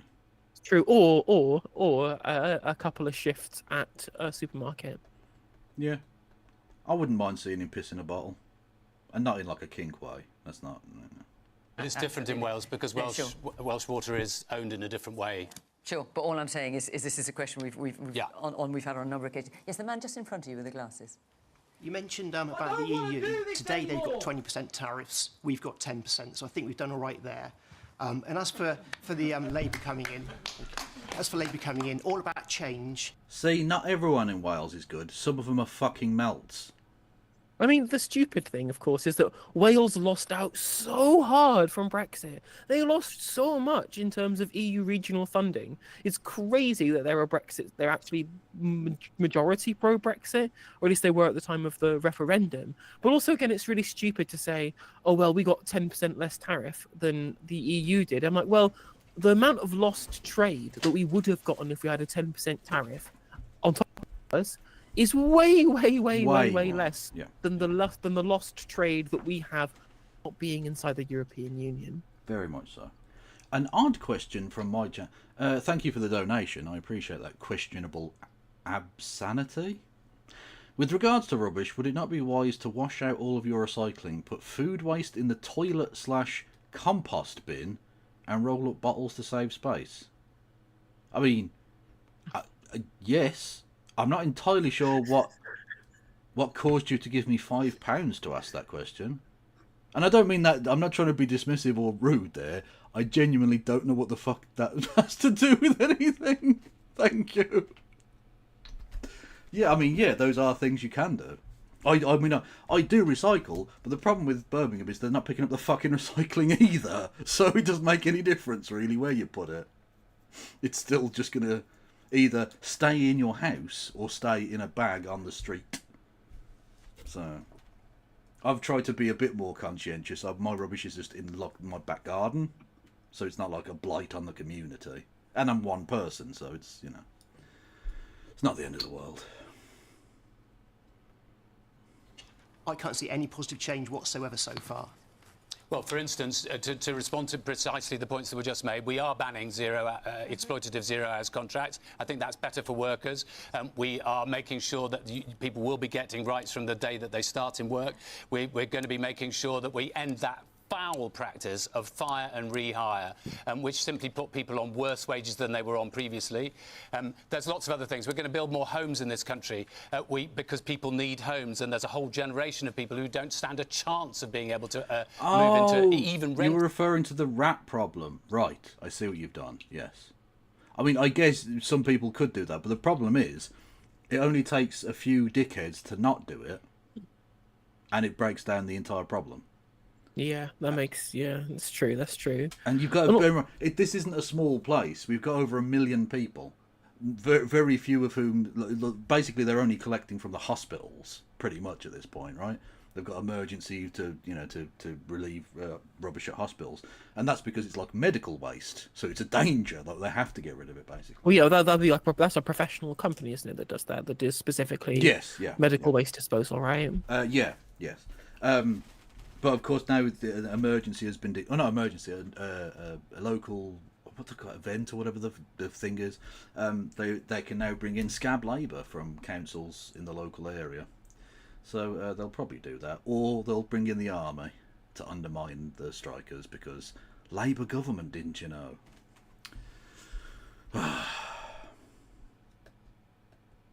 Their own home. And I think that some of the decisions that we've had to make, for instance, standing by Ukraine and making sure that the money is there for the defence of this country, are really important decisions. All right, let me hear a bit more. Yes, woman there in the stripy shirt. So I'm a 29-year-old... that is true to an extent. And I don't want people to think that I don't think we should support Ukraine or that we shouldn't defend the country. But what are we defending exactly? Because I don't want to defend... I don't want to pay to defend a country that's going to starve disabled people to death.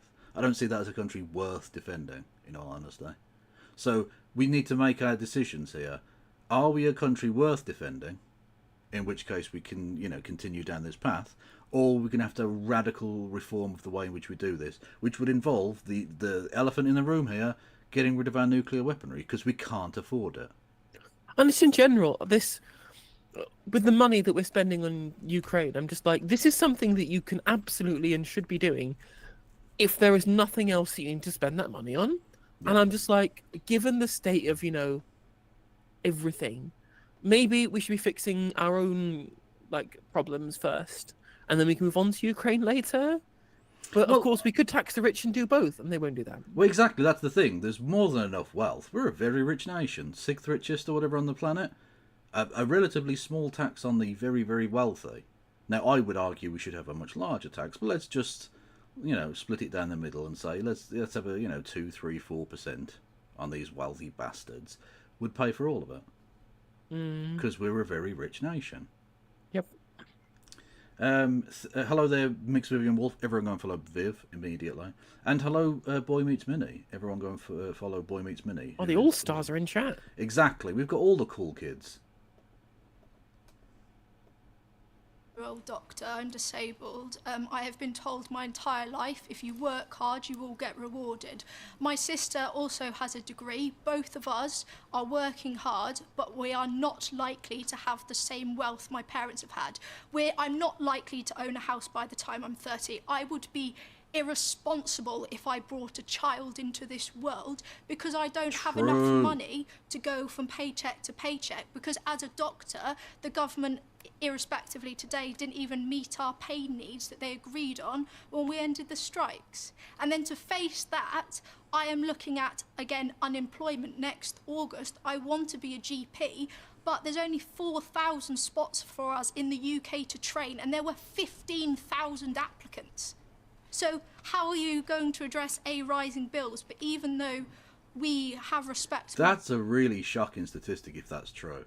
It is true. Yeah, there was some reporting on it last week. 15,000. So we could fucking massively increase the number of GPs. Massively increase it. And cover all of our bases and get people in and fucking seen. One thing I will give the Labour Party during the 97 to 2010 era, they made the NHS really fucking good, the best healthcare system in the world, and especially with GPs. They gave them a fucking time limit. You have to be given an appointment within, was it 72 hours or 48 hours? I forget. Anyway. Yeah, there's a famous clip of Tony Blair being harangued by the Question Time audience for seeing people too quickly. Yeah, exactly. Like, I don't want to be in 70. I want to be seen in longer than 72 hours. I'm just like, you never had it so good.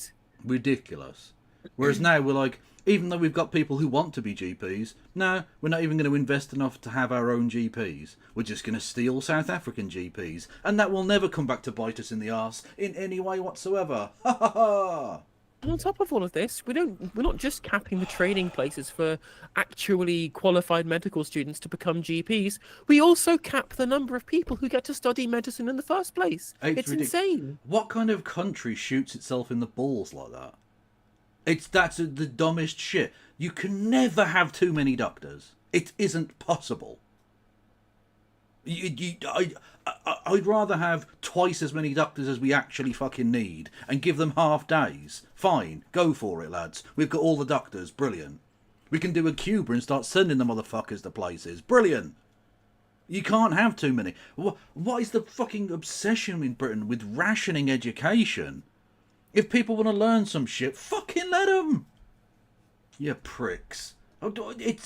Every fucking penny you put into education, especially healthcare education, pays you back so many times over. But we have a government, and we have had a government for so fucking long, regardless of party, who only see, again, the one side of the ledger. How much is it going to cost right this very second? Short term, short term, short term. Sticking plaster politics. Yeah. The old adage is so true. Was it that societies grow great when men plant trees in whose shade they know they will not sit? Yep. And right now it's like, no, unless the tree can be done right now via PFI, we don't get no fucking trees. Yep, so I can chop the tree up and turn it into fucking... IKEA furniture. Yeah. It's fucking embarrassing. No, not even IKEA furniture, B&M furniture. Yeah, true. Oh. Jobs, we might be facing unemployment ourselves in the NHS. And can I just ask you, who do you hold responsible for that? Pardon? Who do you hold responsible for that? So I hold, so in terms of recruitment, do you mean? Well, no, I'm just thinking the situation you're in. You're saying, I've got a decent job, a really decent job, you can't afford a house, all that. The decent jobs is within the NHS is that Wes treating, there's been stagnant. There's basically been no increasing higher training positions in the past 10 years, and we're also competing with doctors all over the globe. Okay. In terms of bills, etc., that would need to be dealt with within Wales, England, Scotland and Northern Ireland, etc. But the whole, if you work hard, you will be rewarded, has gone out of the window. And that's not how it feels to it's you. not how it feels to me. Exactly. We were having this discussion with, I think it was with Christy the other day, about The Simpsons, which is going to sound like an odd segue, but stick with me, right? In 1989, when The Simpsons started as a series, it was not an unusual thing for an ostensibly white family. I know they're technically yellow-coloured in the show, but they were a white family, right? They were of the dominant Caucasian. grouping. Yeah. It was not unusual or seen as ridiculous or out there for an uneducated man earning one salary to have a house that he owned, 2 cars, a wife, and 3 children. That was not an unusual thing. Because the Reaganite, Thatcherite, neoliberal hellscape had only just was just starting to bloom upon the world. So that wasn't unusual. And now, within this time span of that TV show, that has become a farcical dream situation that could never, ever fucking happen. Literally, like entirely to preserve of fucking bankers and people from the financial sector and management consultants. Doesn't matter how hard you work, unless you were born into wealth, you're all fucked. It's true. No, you just become an entrepreneur. Like, why do you think that I can do it and you can do it, Gary, and Stephen Bartlett can do it? But what about? But do you think all of those people just can't do it? Why do you bigotry of low expectations? Well, I've said this before. If Elon Musk is so fucking superb and such a winner, take all his money off him. Do 100% wealth tax on him now, because he'll be a billionaire next Tuesday again, won't he? Exactly, with his super mega brain. Yeah, he's got such a big brain that he'll just work his way to being a billionaire again, because he's just better than us. Yeah, it's no way related to his dad's Zambian emeralds. No, heaven forbid. Also, hello Carpe Packs in chat. Everyone go follow Carpe Packs. Oh, we've got literally all of the cool kids in tonight. Let's go. We do. With this. I'm very sorry to hear you haven't got the training places, and I think it's a real shame that Labour haven't done that, but I would like to say that it was the Tories who did reduce some of those training places, but Labour did promise us change, and we're 8 months in and we're still waiting. And then I can see, because you're desperate to jump in, but I'm going to carry on at this point. To answer about your unemployment... And that's the difference between the ballsiness of a trade union leader who wasn't offered any opportunity to speak and still spoke, and spoke well, and Chris Bryant, the briefcase cunt from Parliament, who, even though she literally went, you're desperate to speak, didn't try and jump in, just went, no, I'll just sit here like a wanker, because I'm literally just a suit. I'm not even a human being. She's also just not wrong. Well, yeah, he doesn't have a leg to stand on, but you'd think if he had any semblance of backbone, he'd try and defend himself. True. It was like that bit with David Lammy and Caroline Lucas. Oh, that was amazing. Literally offering himself up in the cup chair. Genius. Yep. Didn't even ask to inspect his wallet. He actively went over and said, "Are you the wallet inspector? Here you go." Genius.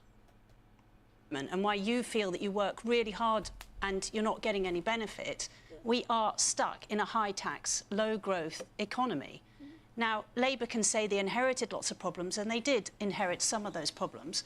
But my concern is we are 8 months in, and I still have not heard a convincing argument from Labour or a convincing plan how to get us out of this trap.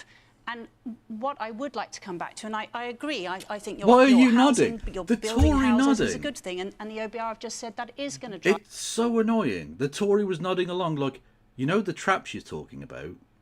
You know you did that. Why are you nodding along with that? She's literally saying the thing that you did, your entire record as government was so shit that the current Labour government don't have any plan to get us out of it. And you're like, yeah, no, that's cool. Yeah. Yeah, like you were the one who created the doom loop. You put us in the loop. Yeah. Like, you're the reason we're covered in shit. What the fuck is wrong with you? Why are you nodding to that?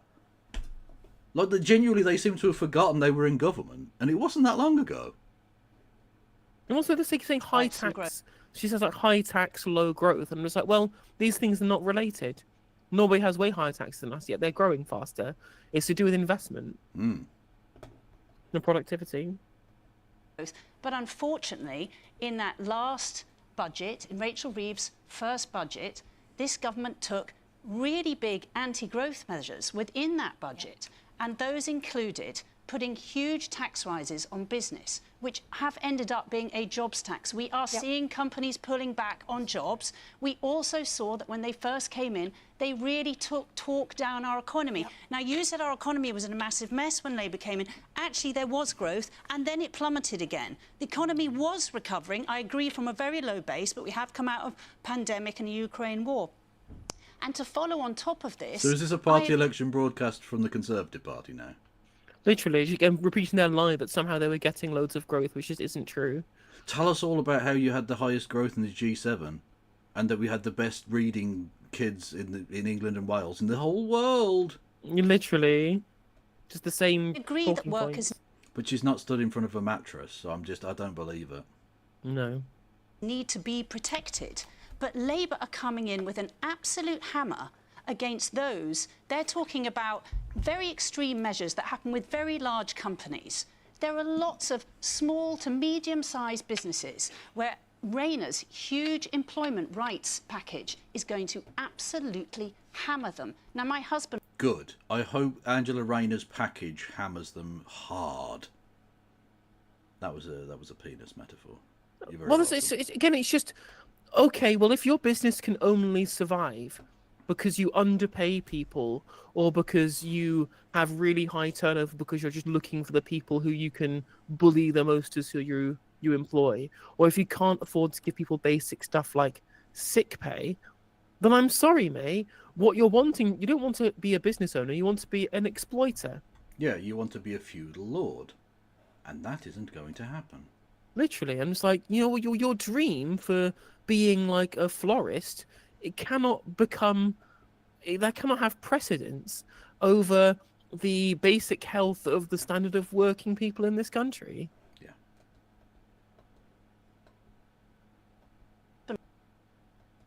works in hospitality. He employs 65 people. Many of those are young people.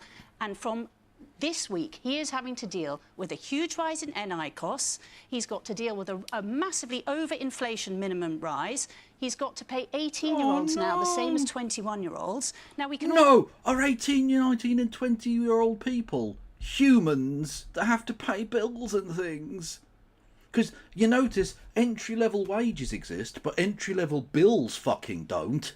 True, so true, so true. And again, saying things like, "Oh well, this means he's going to have to deal with above inflation increase in the minimum wage." I'm like, but it's not above inflation entirely within the realm of where the minimum wage used to be before the pandemic, right? Yep. Before we had the inflationary spiral in 2022, it's still below the real terms of where the minimum wage used to be before then. So just because it's above inflation now, it's making up for the fact that they had real terms pay cuts every year that we had inflation. Yep. All great, it's great that we're putting this extra money into 18-year-olds, but there are bosses at the end of the line who are having to pay for that. Labour's... Won't someone think of the bosses? Honestly, you know what? We should get Bob Geldof on it and hold a concert for them. The bosses, they're crushed. When will the boot of the 18-year-old get off the neck of the innocent capitalist? Fuck me, the Tories have learned literally zero, and that is why you're going to be swept into the dustbin of history where you fucking belong. The world has changed around you and you have learned fuck all and changed less. And the unions just completely think every single boss is a bad person. Well, they're not. I think that's very unfair. Please tell me the great panoply of awesome bosses. I'm all ears. I mean, I know plenty of good bosses, and the ones I know are good bosses wouldn't be complaining about shit like our employees have to be paid well and be treated like real people rather than as indentured servants. Yep. Or, by all means, if you don't want to be a boss, you're tired of paying for NI and the union's unfair demands for being treated like a human being, by all means, sell your company to the workers and let them run it themselves. Yeah, sorry, can someone crack out the micro violin? We're going to need a smaller one. building companies that employ all of you. You might be out there building We need to have Chris, a I know you want to conversation come back about in wealth. this. That's what Let me bring in Reem, who's trying to get to. He's been very polite and wasteful. Well, there we go. Back to the question. Who does Rachel Reeves think she's kidding? Of course, people won't feel better off. I've had that water bill up 30% as well, and I'll absorb that, but there are people that aren't going to be able to absorb that. But let's remember what we heard from Rachel Reeves only last week. Not only will people not feel £500 better off, but this Labour Chancellor chose to attack some of the most poor and most vulnerable people in our communities with a series of cuts to welfare. Now, I've sat here carefully. I've sat here listening carefully to one Labour Member of Parliament and one budding Labour Senate member protecting Labour's decisions around this. Now, when Labour were in opposition in the Senedd, they would attack, quite rightly, decisions taken by I the will just explain for the Americans. The Senedd is the Welsh assembly. So it's essentially like, imagine it kind of like a state government in a sort of not quite federal system. To cut the welfare state and to take the net away from people who needed that protection. Now what do they do when they're in power? The Welsh First Minister, a Labour First Minister, said she reserved judgment on whether it was the right thing or not to do to take money and support away from the people who needed it most. How about having a Labour First Minister standing up for Wales and condemning the actions of the Labour UK government? That's what we need, and that's what standing up for Wales would look like. Hang on, wait a second. Absolutely. And you have... this is the thing. It's a thing that the Scottish Labour Party have not learned. You can be independent. At least... moderately so, from the Labour Party. You don't have to just, like, toe the line with Westminster. You do have a kind of a joint allegiance. You have an allegiance to your party nationally, but also to your party locally. And, here's what's more important, to your fucking electorate. The people who voted for you and pay your fucking wages. How about you actually serve those people, rather than sucking off Keir Starmer and Morgan McSweeney, you pricks? And that's the thing, right, is that you saw that the real kind of crash in the polling for Labour in Wales, it all happened after Drakeford stepped down, somebody who actually opposed Keir Starmer and the Politburo, and now they've just got, like, an appointed fucking, puppet in the Welsh Assembly for the Labour Party. They're fucking hated, and I wonder why. Yeah, because, I mean, it's not xenophobia that inspires it. They hate Englishness, by which I mean they hate English politics. Yeah. And understandably so. And English politics has destroyed Wales. Wales was a flourishing economic place at one point. And deindustrialisation, and indeed the lack of investment after deindustrialisation to transition to any kind of economy, has led to Wales being a fucking hellscape. I mean, I've been to, I go regularly, or I haven't for a couple of years, to Llanelli in South Wales, and I've been to Swansea and Cardiff and these various places that used to have industry, and they're fucking ghost towns now. Speaking of ghost towns, we have a Labour government in the wake of the steel industry in this country collapsing, both under the weight of lack of investment and the failed deal with Xingye and Tata Steel, and of course the steel and aluminium tariffs that are coming through from the United States, right? They're looking at it and they're not going to nationalise it. Yet our Thatcherite far-right alternative party, who are polling in second place, run by a fucking property developer and a commodities broker, they are calling for steel nationalisation. Yeah. What the fuck is going on? Well, Why? as I said when we talked yesterday, literally fucking what's his name? Robert, not Jenrick, Buckland. Buckland would literally make a better Labour Prime Minister than the current Labour Prime Minister, and he's an ex-Tory MP. No, he's a Tory MP, isn't he? Still, I think. Yeah, just ridiculous, literally ridiculous. Fiona, from a Clyde company perspective, do you think the welfare bill is too large? And if you do, what do you think should be done about it? Listen, we should always be looking for ways of making the welfare system work effectively. But do you think the welfare bill needs to be smaller? I agree that we want to help people into work, but there are people... That's a different point. Do you think the welfare bill should be smaller? That's Let's ask this question. Well, no, I'm asking that question. Do you think the welfare bill should be smaller? What's your answer to that? Yes, absolutely, it should be smaller. So that means fewer people would get it. But let's turn it on its head. Why take the decision? Why has it got to be smaller? Can someone answer that for me? Why has it got to be smaller? Should it not be in proportion to the problems we have? Well, that's the thing, right? Is that I want it to be smaller, and it should be smaller. But the way we do that is by making people healthy. Yes. That's what I mean, yeah. Ideally, it would be much smaller than it currently is, because we would have full employment, and we would have a proper healthcare system to make sure people were taken care of, and people would be allowed flexible working from home, for instance. And then you would see that number tumble down. But the point is to keep the working class hungry and desperate, so that you have a sort of bottom-feeding approach, where you can drive down standards of conditions and wages. And on top of this too, there are a bunch of things that we spend money on just as corporate welfare, where we have to top up people's shit wages with universal credits they can afford to live. We top up people's rent with fucking housing benefit because landlords have priced people out of being able to have a roof over their head. We are subsidising this shit when we should be having this done in-house with council housing, and we should have proper bargaining agreements between workers and bosses. We don't have any of these things. And the government is having to pick up the tab for the miserly corporations and landlords. Exactly.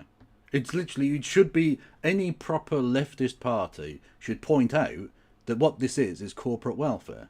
If they can't run a business successfully without millions and indeed billions of pounds of public subsidy, then they don't deserve to exist as corporations, and we should take them in-house. Yep. Simple.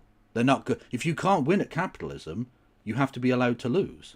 Otherwise, we don't have a free market. What we have is, again, the privatisation of profit and the public nationalisation of debt. Yep. To take money out of the pockets of people who need that support, and which is going to damage our local economies, by the way, because every pound is pounds that are spent within local economies, rather than take other political options, which is, for example, to bring in a wealth tax, which is, for example, to equate the tax that's paid on earned and unearned income. Why press down on the people who are already under pressure, rather than ask those with a broad... But just to be clear, Reeve, since you mentioned welfare, you brought it up, and obviously, and a lot of people I know are thinking about it. You got a round of applause for that. Interesting. So she's diving straight in on the one guy who's said that we should do a wealth tax. The Tory bint was allowed to just fucking spew her shit on a Lloyd. No need to question that further. I mean, she's got to protect her £450,000 salary from potential taxes, so doesn't she? True. I love all of the memes of that face she pulled when he suggested she was in the upper 1%. You are. What the fuck are you talking about? 2 years of your wages and you're basically a millionaire. Let alone what you've earned before and probably saved, and you've probably got houses, and you're probably a fucking rentier piece of shite, I imagine.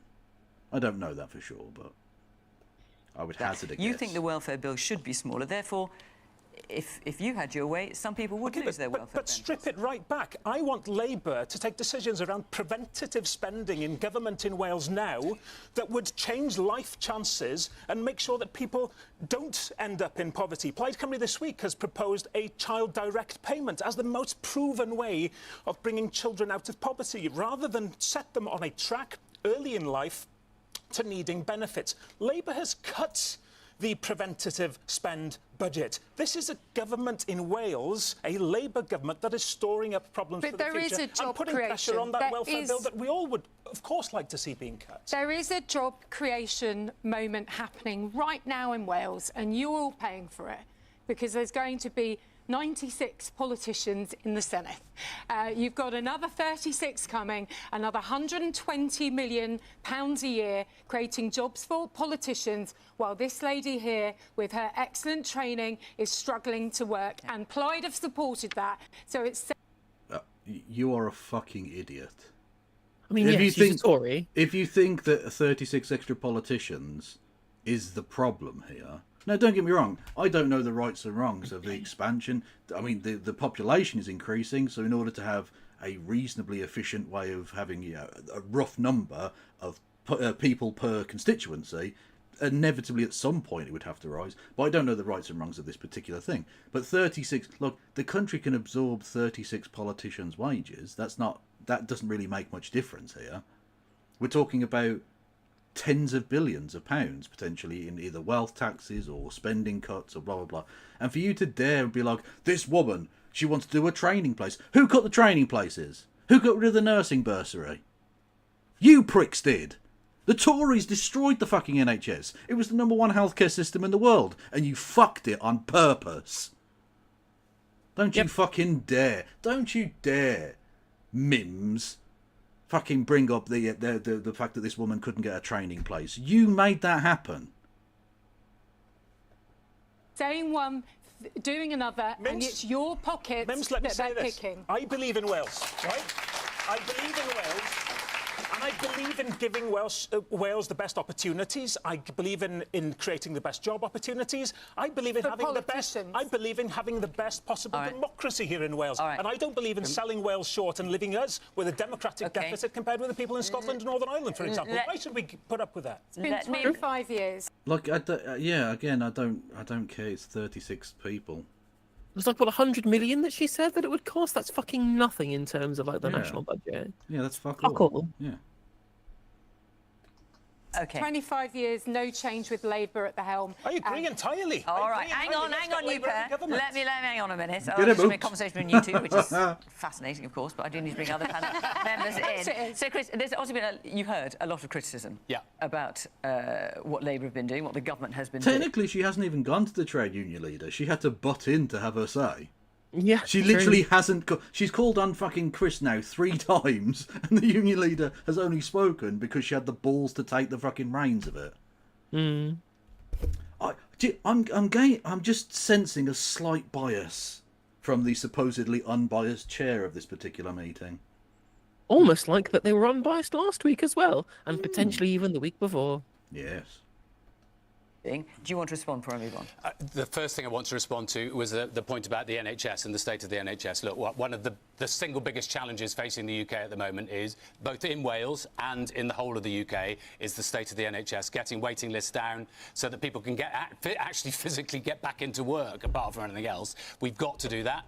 That needed 2 things, I think. Right, but it doesn't matter how good healthcare you have if you can't wash below the waist and you need help going for a shit.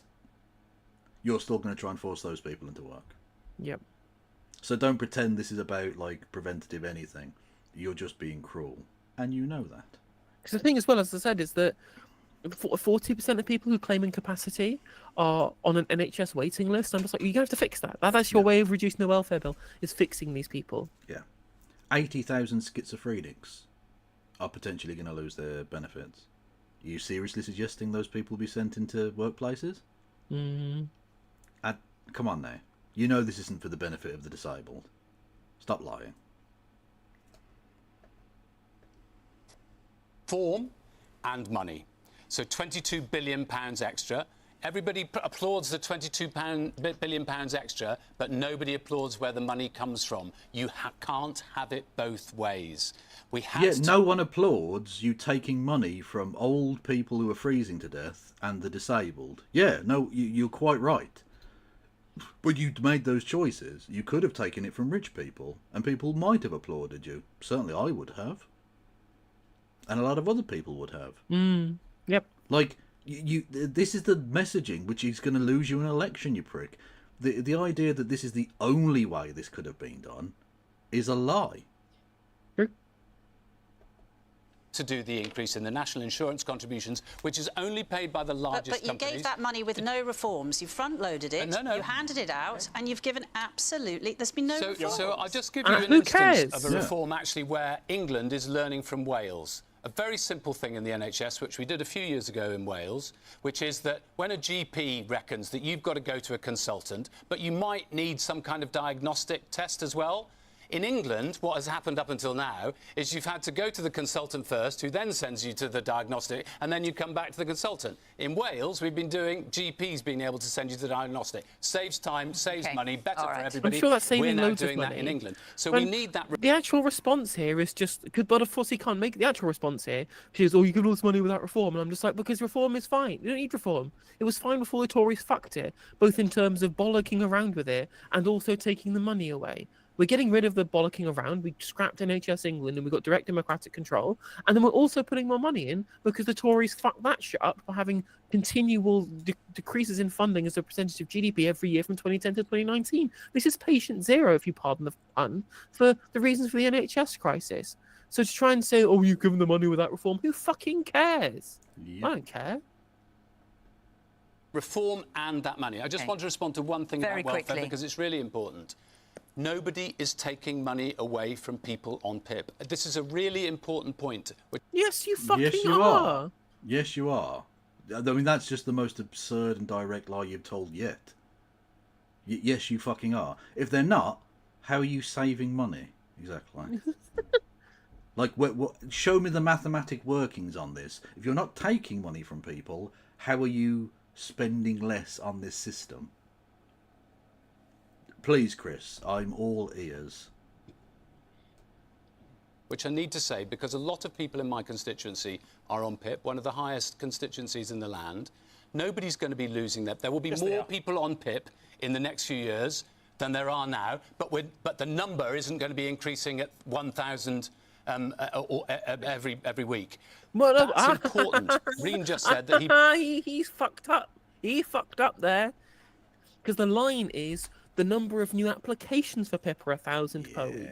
Then the overall number isn't increasing that much, but he hasn't got the memo. He's just heard the talking point. He's misspoken and he's told another lie. Because the number isn't going up by 1,000. That's the number of new claims, not necessarily claims that are going to be successful. And indeed, that's not 1,000 new people, because some people come off PIP because they get better. Some people get off PIP because they die.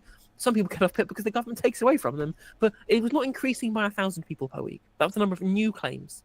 Yeah, you're bad at this, Chris. That's not the line, okay? You're climbing the mountain of conflict right now. I know the Labour Party's lines better than they fucking do. That's how shit their comms are. Yeah.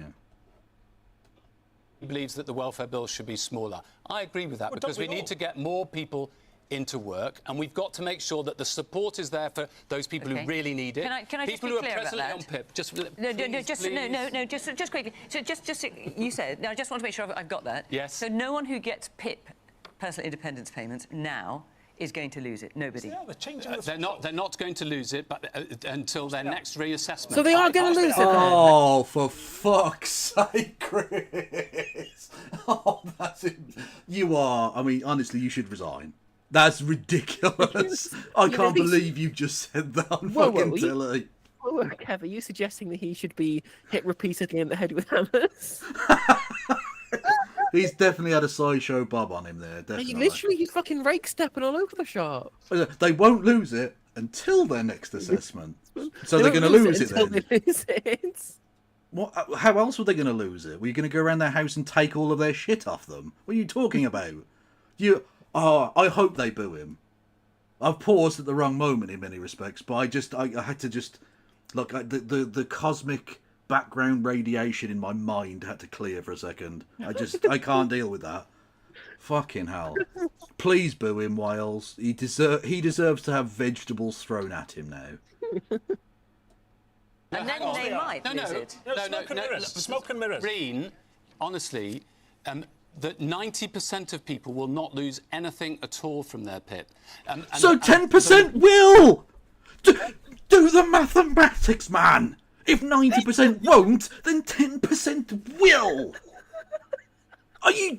You can't say that no one will lose any money, but the 10% will! You're a fucking lunatic, man! Oh dear. Oh my god. I honestly, I don't know why they let him out of his cage. This is fucking stupid. Do the other part of that 100% mathematical equation for me, Chris. Please. Okay. I need a second again just to He's testing me tonight. He's testing me because my brain might actually fucking melt with this level of cancer. Oh. Majority, I know there are people who are worrying that they're going to lose benefits in the next week or few. That is simply untrue. So the delay is people okay. will be getting no, Reen, don't behave like a child on this. It's really important. The adults in the room are explaining how 10% are going to get fucked, but no one's going to get fucked actually. So sharp, Reen, and you're caring about 10% of disabled people we're about to destroy. I wonder why that messaging isn't cutting through with poorer people. I wonder why they fucking hate you, Chris. Fuck me. People are not irresponsible and scaremonger about it. The people who are presently in receipt of PIP will be getting their PIP support. We, in fact... Until... the next assessment. So, yeah, Chris, I mean... I've seen some shoddy attempts to defend this, and this is actually the worst. I said earlier he's not the worst of the Labour MPs. On this one, he really is. This is the worst attempt to defend this fucking god-awful evil. You should be ashamed of yourself, Chris. You just made up a lie and then exposed yourself straight away. Brilliant. Excellent. Can we all have a round of applause? Super work. Until the next assessment. Which might be in 2029. Actually, I just had somebody in my constituency office... Okay, but what about if it's in the next few weeks? What about if it is in the next few weeks, Chris? Will they lose their PIP? But that's less than 10%, so it's basically nothing. That's how that works, right? Yeah, those people don't matter. And, of course, if you're under 22, you're not getting it anyway. That hasn't even been mentioned yet. Because, again, young people are just, like... cockroaches or something. They're not really people. You don't need to give them like minimum wage or you know, or benefits if they're ill or anything. No, they're just scum. You just scrape them off the sole of your shoe and move on with your day. May lose it. They may in 2029, but their circumstances might have changed. But the other thing that we're doing is that we're saying that people who previously have not been properly assessed, it used to be 70% of people were assessed by somebody coming to see them. It's now only 1 in 10. Right. You need a proper assessment so that people are able to get the support that they need, and that's what we're going to do. Like an assessment of how the welfare cuts are going to affect Wales, which hasn't even taken place before these cuts are brought in. All right. That's why. I'm going to stop this now, just this moment, because otherwise I won't have time to fit any of the other questions in. Please do, honestly, because I'm about to fucking burst. Thank you. This is you've done me a kindness. So, let's pause it here. I have a feeling we will revisit welfare.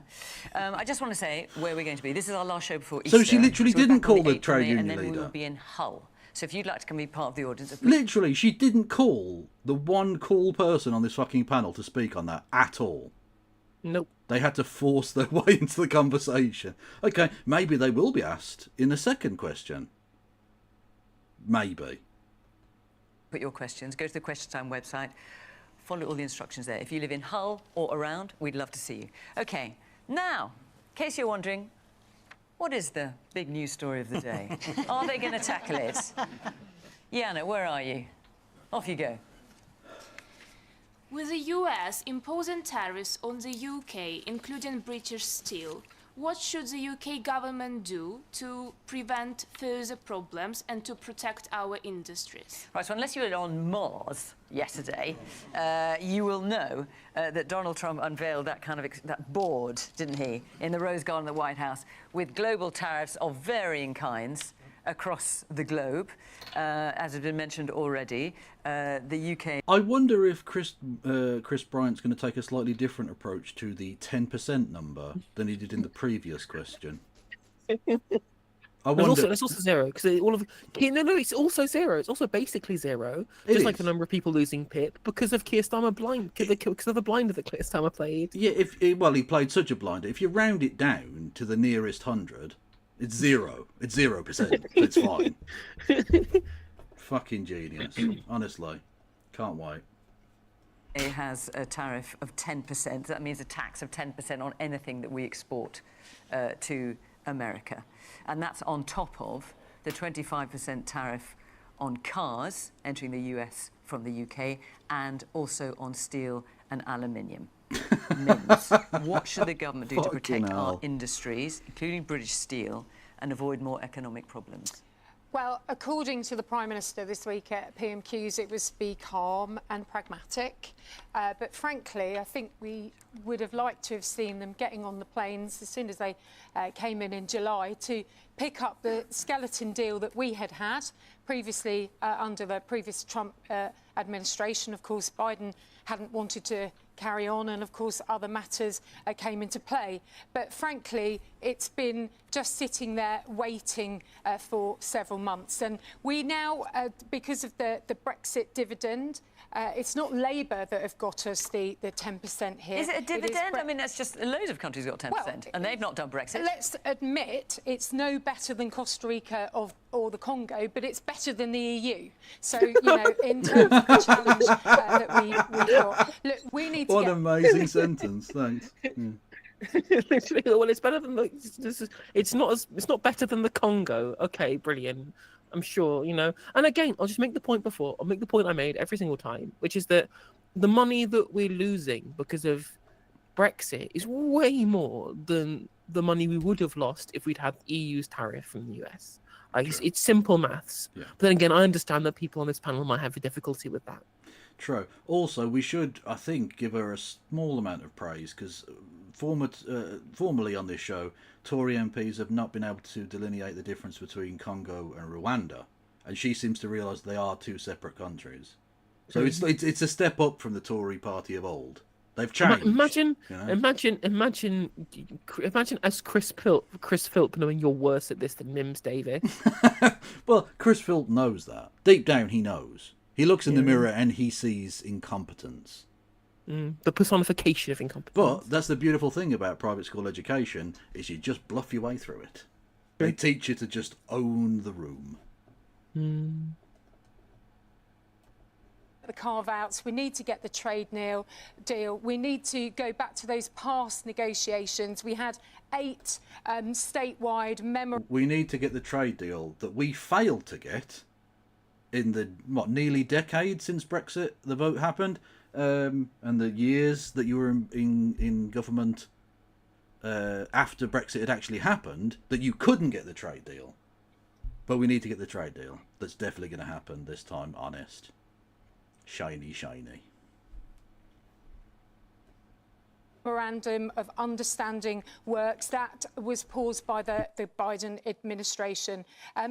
Labour never backed any of our trade deals, so they're going to have to start to work to get one themselves and make sure that they really use this opportunity to, and I believe... Actually, on a completely separate point, but kind of allied, she was talking there about Britain not taking advantage of a situation with America.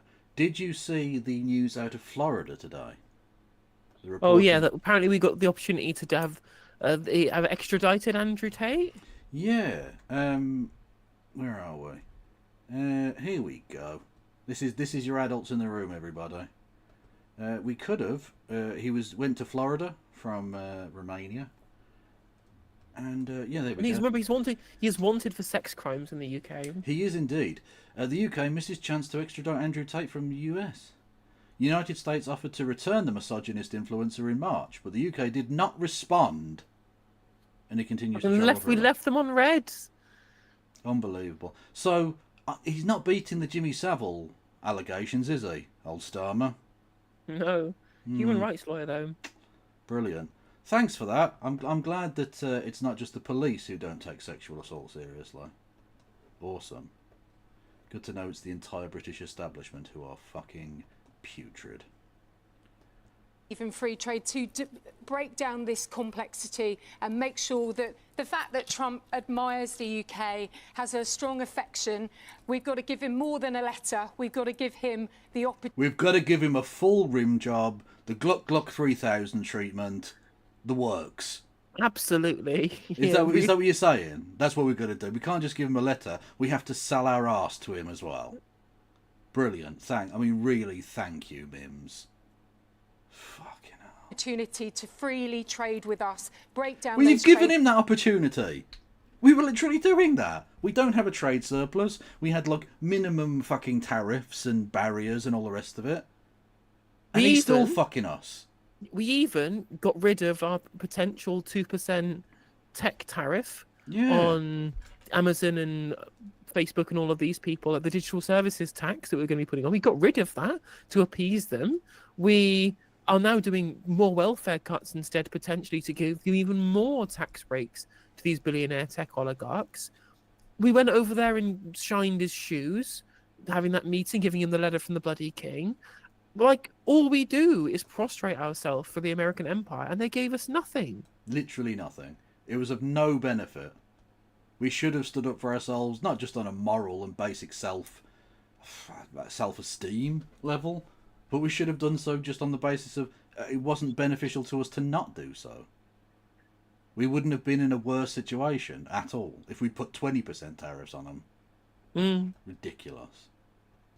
Barriers and not be dragged back to where we've been before, and make sure that our domestic entities, our farmers, make sure that we get the right deal for all of the sectors, because do you want to talk about your government's fantastic deal for farmers where the Australians were able to flood our markets? That trade deal? Fantastic trade deal you did? The one that literally the Australian news programs mocked our Prime Minister, our International Trade Secretary at the time, because they thought that it was stupid that we accepted the deal. Yeah, I can't believe they're signing it. Oh my God, they're literally signing it. Trump admires Britain. We admire America. We know that we need to work closely with them. No, we don't admire America. What are you talking about? We literally, all the polling says we don't admire America. And the opinion of America has dropped off a cliff. And again, even in Nigel Farage's constituency of Clacton, when they were asked would they rather have closer trading with the EU or with America, they said the fucking EU by like a country mile as well. Yeah. Like, I had to point out to Americans, I did a little flex on them the other day. We were watching, was it PMQs or something? And the discussion about mobile phones in schools came up. And I just said, isn't it nice, America, that we're having a discussion about mobile phones in schools, not mass shootings in schools? We're different, you and I. I had to. You can't, like, it was right there. True. Particularly when geopolitically things are so difficult. So it's time for Labour to roll up their sleeves, get out there and get a deal. Oh, God, can we stop with this rolling up sleeves stuff? None of you are Churchill. You're all shit. Shut the fuck up. They're all trying to be like... It's that poster, right? The Churchill rolling his sleeves up, marching. That thing, right? They're all trying to be... They're all trying to play a blinder. And literally, like, Tony Blair used to like Q&As for the election with like a no tie and rolled up sleeves. Pathetic. Yeah. Oh, God. It's all performative wank. With this issue of, because the tariff on the UK is less than Europe, we should somehow be celebrating and thank this supposed Brexit dividend, which has cost us billions and billions of pounds, of course. I agree with the commentators, I think journalist Will Hayward, who said it's a little bit like hiding behind the playground bully because your mate's been thumped harder than you have, so you're thankful for that. We're all suffering. Yeah, I mean, the mugger might have stabbed us to death, but still he just took our wallet and kicked fuck out of us. Thanks, mugger. Because of this, and you need to stand up to bullies. You have to stand up to economic what would bullies. What would you do? And the way to deal with that, and the way to stand up is together. Now, I'm a proud European and always have been, and now is the time, surely, to be building those links again with our European partners. My party believes, as do I, that being in the customs union and the single market. Fucking hell, the Plaid Democrats have turned up. Oh, I mean, he's not wrong. I mean, he's just not wrong. Like... No, I know. It's just because the Lib Dems have like staked out the ground as the only sort of sizable parliamentary force with a pro-EU message. That like every time I hear it now, I get like fucking hobby horse flashbacks. It's so true. It's so true, but I mean, he's basically correct here, and I fully agree with him that, again, if America wants to isolate themselves, let them isolate themselves. Yeah. We have much better and more profitable trading relationships with our very, very close neighbours than we will with somebody all the way across the Atlantic Ocean. And if we want, and there are plenty of other countries that want to get involved as well. China and Canada and places like that, and even Canada wants to get in with South Korea and Japan. Like, there is so much room to isolate America and show the bully that if you want to be a dickhead, we'll kick you out of the clubhouse. Well, exactly, yeah. A united front is what's needed, and we've got in Europe just on our doorstep, and we've got the Commonwealth, which again isn't necessarily that massive, but it all helps. We've got the potential to have a sizable block of nations that say, no, fuck this noise. If you want to be dickheads, you be dickheads over there on your own. Yep. We're not gonna play your silly game and destroy ourselves because you want to own the libs. Fuck you. But instead, no. What we need to do is just suck harder. Just suck harder, and he definitely loves us. He'll marry us. He will. Again, and what's crazy is that the two main people who are talking in this pro-Atlanticist tone outside of Labour, who are doing it just essentially out of commitment to the bit, are the Tories and Reform UK, and they always tell everyone else, "Oh, we're the proud patriots standing up for Britain," and they are literally the opposite. They're trying to make us become even more of a vassal state of the American empire that we already are, totally destroying our international standing and essentially making us an extension of the 51st state. Like, how much more of an anti-patriot could you be than to be more loyal to Donald Trump in America than to your own citizens? Yeah. Again, I think I'm with you. The current government is acting in a frankly traitorous manner. Yeah, I agree. Yep. Yeah. Surely should be something that we do now, because Trump says he wants fair trade, free trade and fair trade. I don't believe him. He is a transactional president who believes that somebody has to win and somebody has to lose. But I tell you, nobody is going to win in this trade war that he has instigated, and we have to stand together with our European partners in particular in order to help our business. To be fair, that's a very good point, but I feel like I personally have won slightly today because Tesla stocks were down. And I know that Elon Musk will be unhappy, which means I win. True, we can all get up on stage and laugh about his tariff and watch him cry on Fox News as Tesla stock plummets. Honestly, I think feasting upon it. I genuinely think when he inevitably gets kicked out by Trump, because the noises are already happening behind the scenes, when he gets kicked out, I hope he becomes a drug addict and loses everything and becomes homeless. Literally, my heart will be healed when I have to watch Elon Musk eating out of bins. Oh, mate. Oh, I don't think I could come hard enough. Literally, it's like... sorry. It'll be like Randolph and Mortimer Duke in Coming to America, having lost all their money in trading places. Yeah. Or, oh, brilliant, he has to sell off Tesla, and then like a trans woman comes in and makes it successful. Oh my fucking god! Oh, if his daughter takes over and makes it successful. Oh, literally, I'm there. I'm there already. Let's go. So that might include retaliatory tariffs. So us putting tariffs on American products, is that something you would support? The UK is very, very weak and isolated currently. Now, there's talk... No, but can I ask you, do you support that in principle? There's talk, perhaps, of a trade deal, which could be a way of keeping away. Do you support the idea of retaliatory tariffs, which is what some of the European countries are talking about? Europe together, I think, unfortunately, in this kind of trade war that we have, there has to be an element of that. The UK, though, is Okay, is he did isolated. go there, okay. He did sort of answer. Because this is the thing. The only way a party like Plaid Cymru, and I think to an extent places like the Greens and Reform and stuff, right, the kind of anti-uniparty party, you have to actually answer questions like that. Because it's pretty straightforward, right? You can't do the politician answer thing. Otherwise, why would I vote for you? You're the same. Exactly. People can tell you're bullshitting them.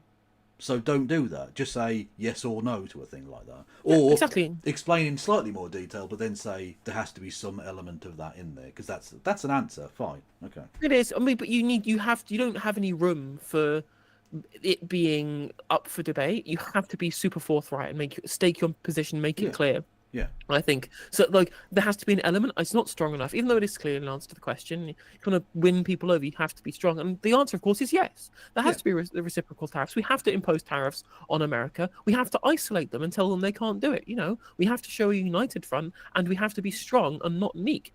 A bully responds to strength. Yeah. When has a bully ever reacted to capitulation and knuckling under? Yeah. They don't. It's because it's about the power. You give them everything they want when you just curl up in a ball and accept your fate. That's what they want. Yep. What you have to do is fight back. Because even if you then lose, you at least have your self-fucking dignity of knowing you tried. And that's worth more than any amount of money could be. But no, we're just going to fucking roll over and Keir Starmer's going to sell us into the fucking Trump state gulags or something. And there are very few levers that the UK has. And to anybody thinking that maybe this trade deal that may or may not be coming in the next few weeks will involve some sort of altruism gift by Donald Trump to the UK, he's not into altruism. He's not into altruism. He wants America to win and everybody else to lose. And we have to be very, very clear who our friends are. And surely at this time it has to be our friends in the UK. He doesn't care about America winning. He wants Trump to win. He didn't give a fuck about America. He's shown that. If he did, he'd have like he literally this week he got rid of one of the few things that that Biden did really well, which was he capped overdraft fees at $5, right? And Trump got rid of that. Can any Trumpist tell me how that benefits the average American? Yep. Or the negotiation on Medicare prices. Yeah, exactly. Yeah, like literally just selling the American people down the river for his corporate bosses. Like that's what he cares about. Trump winning. He wants Trump to look good and strong.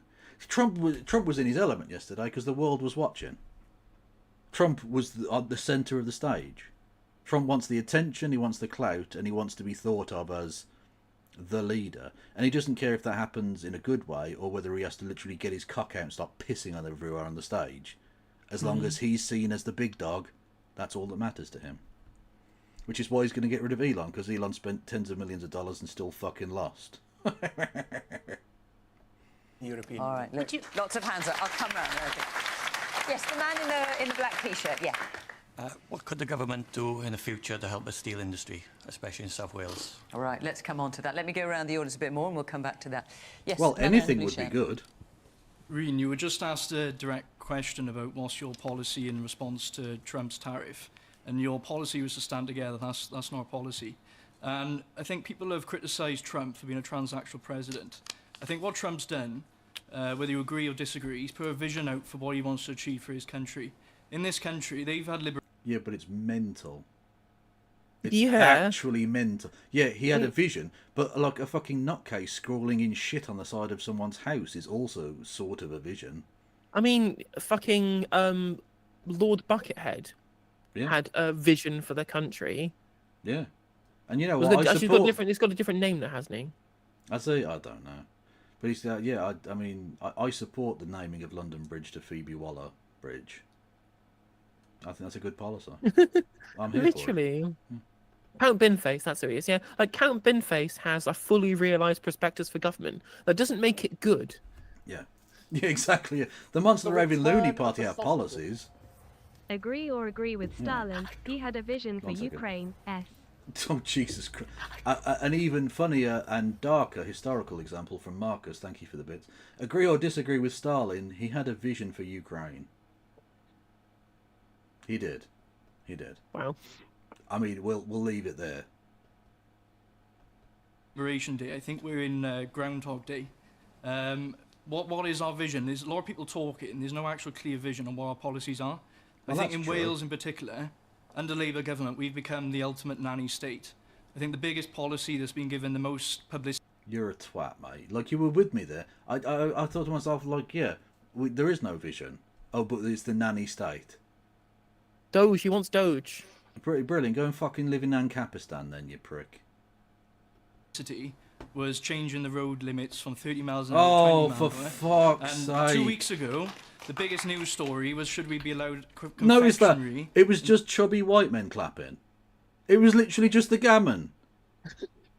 Oh, And even it's then, gammon just with like- a W and an accent over it because it's Welsh, obviously. It was shown to be better for like air pollution, air quality, and for. But they want road to drive. accidents. But man want to drive quick. That's it. That's their argument. The gammon are really pissed off with that. And you know what? I think that's a good reason to introduce it everywhere. Yep, literally. The more it's again, you know what? If they want to base their entire policy and political platform for triggering the libs, I'm gonna do it triggering the rightoids, right? Yeah. You know, I don't even care. I want every single government employee to be a one-legged hijabi trans woman. Yeah. Like, just make it happen. Just watch these people fucking piss and melt themselves into oblivion. Exactly. You don't get you don't get a job in the government unless you've got dyed hair. Literally, only septum piercings allowed in government. Exactly. What's that? You've got great qualifications here, but I noticed you don't have pronouns in your bio. So No unfortunately, no we'll have to Palestine turn you down. flag. Exactly. You're not even wearing a keffiyeh in any of your Instagram photos. Get out. In the front of shops. You know, that's the state the country's in. With all due respect, none of you on the panel inspire me at all. And I think that's why a lot of people have voted for reform just out of desperation. And we're at the point where we have complete lack of leadership. Where are our leaders coming from, and how can we encourage people to get into politics? Let me hear a bit more from our... Where are our leaders coming from? Well, South Africa, because Elon Musk is about to become the king or something. I don't know. Yeah. Man in the red T-shirt. So Keir Starmer has been over to America and has Oh, already that's a offered Welsh him, accent. a state visit to this country, and yet we've still been tariffed by 10%. What happens if a Labour government cannot get a trade deal with the US? Okay, and look, there's three in a row there. Let's just hear I don't from think you even need to ask the question, because it's going to happen. That the thing you outlined is definitely going to happen. So just when we don't get a deal, what then? Preview quickly. Yes, man in the suit and tie. For me, I think there were trillions knocked off the Nasdaq this morning. True. Goldman Sachs has come out and said 35% chance of recession in America as a result of this. Yeah. It's a very fluid situation, and I think if we jump very quickly, we could jump the wrong way. Okay, and the man next to you. My main point would be that Mim's here nodding her head about certain points people are making in the audience, but the only thing you've said is that we should pander to Donald Trump. And there are alternatives to that. You nod that we have to decide a policy direction, but you only speak about one. There are alternatives being presented on the panel, but as the gentleman to my right said to me, there is a need for a discussion about these things. And we need to not just say, we have this relationship with America, we need to just follow that and hope it all goes well. We do have a relationship with Europe, and that is an option. Yeah. Okay, Chris. What should the UK government do to The protect? weird American Northern Irish accented man is correct. Yep. Our industries and avoid more economic problems. Well, I think the single most important thing was what was just referred to by the gentleman, which is I don't think we should be jumping around all over the place in a very fluid situation. I think we need to be as cool as cucumbers. I think, of course, I mean, the previous government negotiated a terrible deal with the European Union, and we've got to reset that relationship because that trade is important. I think Mim's basically just said that they failed to negotiate a deal with the United States. That was the sum total of what she said. And we need to do better. So I think we need to do something. We have met both in the previous administration since we came to power in last July and with the new administration as fast as we possibly can. We've had very good discussions, but we should think of this as the start of a process, not the end of a process. And of course, we want to get to a good trade deal. But I think it's a matter for calm rather than for simply shouting off and getting things off our chest. But just staying calm itself is not it's not a policy. Like, I agree, you should stay calm. I don't want you being mental and flying off the handle. That doesn't help. But you have to be calm and then do something in a calm way. But you're not doing that. You're just saying, "Oh, we're going to be calm." Yeah, sitting there twiddling your thumbs whilst the meteorite heads for Earth, going, "It's fine, I'm calm, super calm." I'm like, "Well, no, you have to have a plan. You have to do something. Like, you actually have to have some kind of coherent strategy." Yeah, the keep calm was followed by the carry on bit. You're supposed to do stuff. The calmness isn't the end goal. The calmness is the beginning of the process. I simply think it will be irresponsible in the extreme to say we've got to choose either Europe or the United States of America. We want to trade with both. Okay. Right, but America are making it damn near impossible to do that. They specifically don't want it. Yeah. They want to break us away from Europe. They have been explicit in that. I mean, they literally helped do it. You know, it's Cambridge Analytica, the same people who helped Trump, who helped Brexit.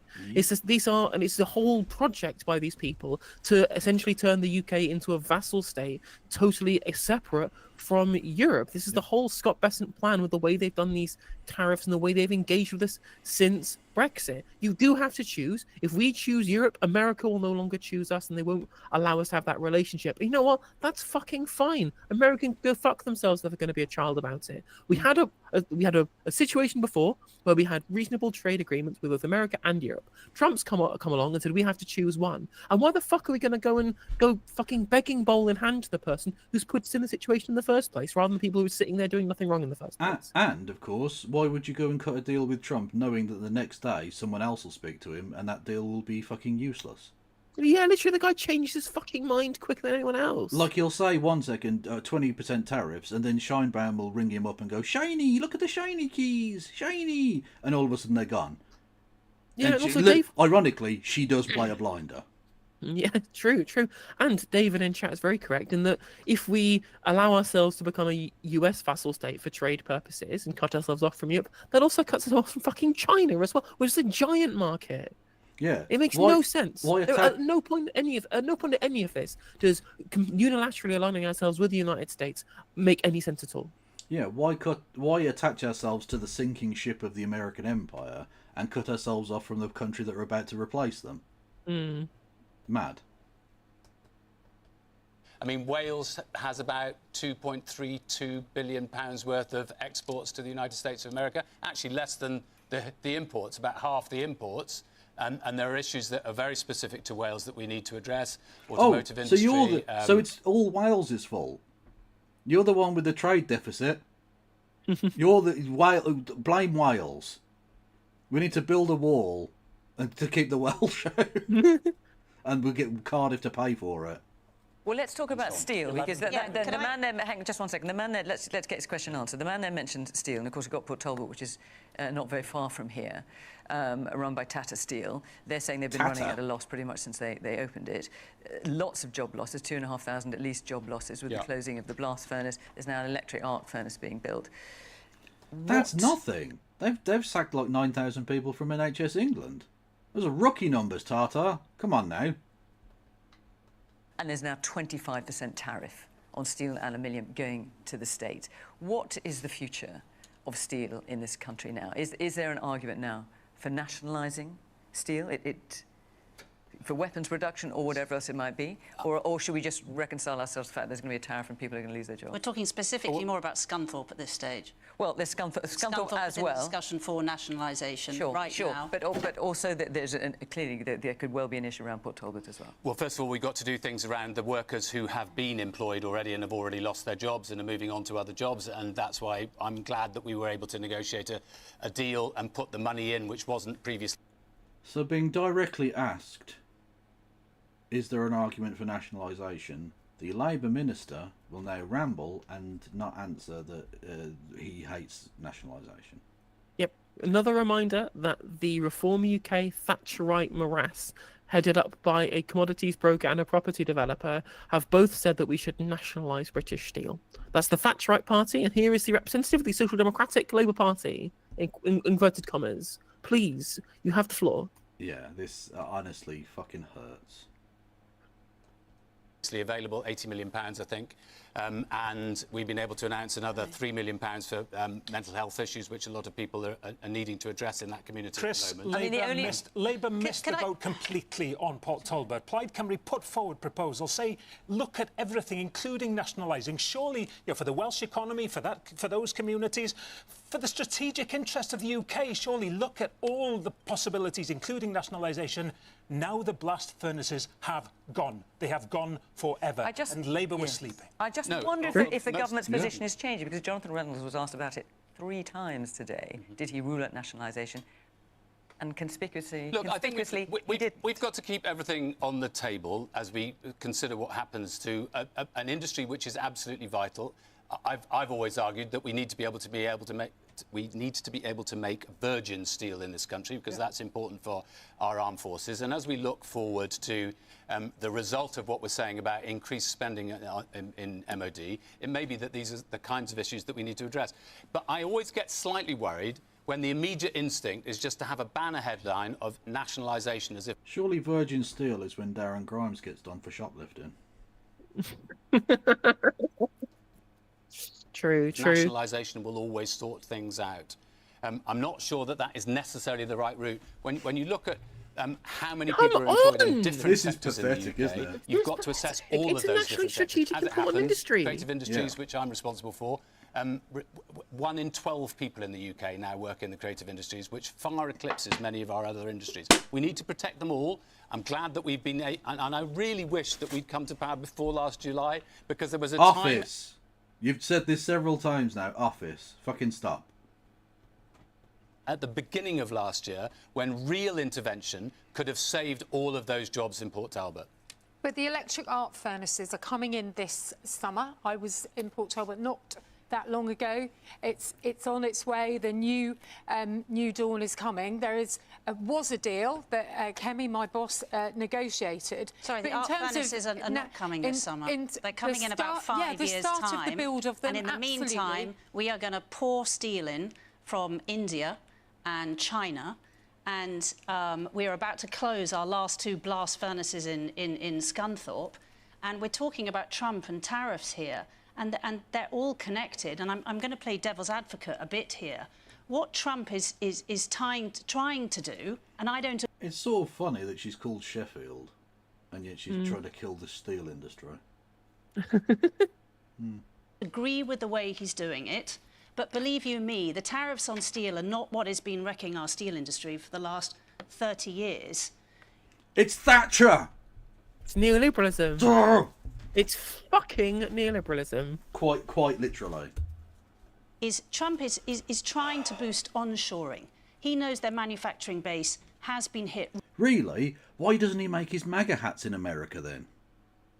It's crazy also that before 1980 we had loads of state investment into these critical industries. Some of them were publicly owned, some of them aren't publicly owned, some of them had subsidy. We had industrial strategy to make sure that key strategic assets were owned by the state so we could maintain our sourcing of these products that were important for security reasons. And then in the 1980s, they all just got sold off into private companies, and now we have no steel left. It's a mystery how we got here. Yeah. And true, we haven't even looked at the kind of English angle of this. She's interested in Scunthorpe, doesn't give a fuck about Port Talbot, never gave a fuck about Grangemouth. It's only when it affects English people that the government give a fuck at this point, you know? No wonder the only fucking place that's got any support for Labour going forward is London, because it's the only place they're willing to invest anything. Literally, the one piece of investment they're going to do is a fucking another tunnel under the Thames. I don't want to go into it again, but I want there to be loads of investment in London as well. But there just have to be something north of Watford at some point. Fuck's sake, we're not even going to be Alabama soon. We're going to be fucking, I don't even know, Caribbean Alaska. island or something? Fucking hell. Really hard, and lots of communities have been hit really hard, just like Port Talbot has. And I'd just like to say at this point, my heart goes out to the 2,500 men and women who lost their jobs, and many of them are having severe mental health problems at the moment on the back of that. And what he wants is better paid jobs. He wants to incentivise domestically produced Fucking goods. George Osborne's little lackey here has real sympathy for all the people who lost their jobs. Which also, I think Donald Trump wants to bring back manufacturing. Like, where's the industrial strategy? Literally, you have to do industrial strategic investment if you're going to tariff that industry. And they've scrapped it. There was like one point, there was billions of dollars being put into new manufacturing jobs via the Inflation Reduction Act and the Chips and Science Act, etc., etc. And what did Donald Trump do day one when he got into office? He cancelled them by executive order. Yep. He's literally doing the opposite of bringing manufacturing jobs back. Because also, a bunch of the stuff that needs to get into the country to make those manufacturing jobs, they're all now going to get fucking tariffed. Yeah, exactly. Look, it's an awful vicious circle now. Fucking hell. Right. And on the back of that, drive economic growth. But Emily, now, if I might just very briefly... No, because you've spoken a lot, actually, and so let's let me speak for a bit. Now, I don't think... Get back in the cock chair. You're not allowed to speak. I did not give you permission. think tariffs, it's a really blunt instrument, but I think there are lots of communities in this country who can agree that since China really came on as an economic power since 2001, many big companies, global companies, have offshored labour, offshored manufacturing, offshored industry, and in the meantime, which has meant that our own industries, our own jobs have got absolutely kicked to hell, steel being one. Who sold everything to China? And also, you know, there's a very important point that if these particular industries were owned by the state or the workers themselves, they wouldn't have sold those jobs to China. That's capitalism, baby. Yeah, exactly. You can't say you support capitalism and be doing your little protectionism. And it's fake protectionism anyway, because she doesn't actually support this. She just wants to appear to be on the side of working people. It's the Tory shell game. One of those. Now, we have not helped in this country because, and I can see the unions nodding here, we've not helped our industries in this country. It's in the lead up to 2010, we lost 2 million manufacturing jobs in the space of 8 years. Now, I'm not blaming it on Blair. 800,000 jobs. I'm not blaming that on Blair, but what Trump is trying to do is... She still hasn't been asked. We are like halfway through the show, and she has not been called upon by the host to speak yet. Saying that maybe the offshoring, that globalisation has not worked for everybody. It certainly has not worked for the steel industry, and the 2,500 people have just lost their jobs. The other 2,000 are about to lose their jobs in Scunthorpe. Cheap Chinese steel has been swamping our market.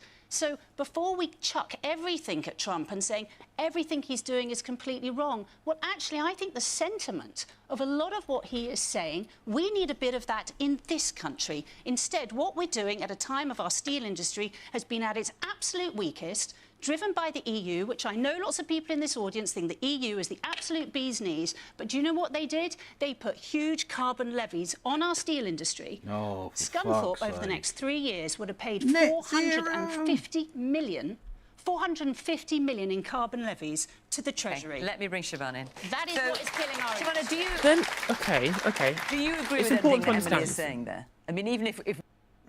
But there is a green steel... You can make green steel, by the way. It's not just electric arc furnaces and recycling old steel. There is iron ore electrolysis. You can fire blast furnaces with hydrogen rather than coal. Like, there is ways of doing this to create green steel. This is why the industrial strategy is important and why public ownership is important. So you can just by putting that money in, so you don't have to pay for carbon levies, and you have virgin steel that's being created in this country, and you can keep the jobs in-house, they don't go overseas. This is why we should be nationalising it.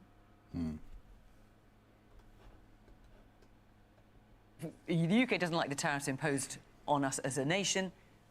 Trump's got a point. Look, America first doesn't mean Britain first. That's not how this game is going to be played at all. It is important that we talk about the workers that have lost their jobs. We also need to think about the supply chains and all the local businesses as well that ultimately end up in a lose-lose situation. I think the UK has got a choice. We have got a choice because we can help some of those traditional industries transition, or we can continue to lose jobs, ultimately. And this is the point, right? Tariffs can work if you do it properly and it's targeted, specifically. Whereas Trump's just gone hog wild with it. 20% across the board, 40% for you, this, that and the other. Even for industries that, like I say, they don't grow coffee. So what industry is being protected there? Nothing. It's just stupid, xenophobic rubbish at that point. And we're talking, actually, when it comes to those manufacturing, high-carbon manufacturing jobs, we're talking about 800,000 jobs in that industry. So we need to be investing in decarbonisation. That's been so slow, it is unbelievable. We need to invest in UK manufacturing. We need to decarbonise. But ultimately, we also then have to remember, and I know the reform was mentioned earlier on, Nigel Farage was out campaigning for Trump. He said that his personal close relationship was somehow going to help us out. Well, it hasn't worked so far.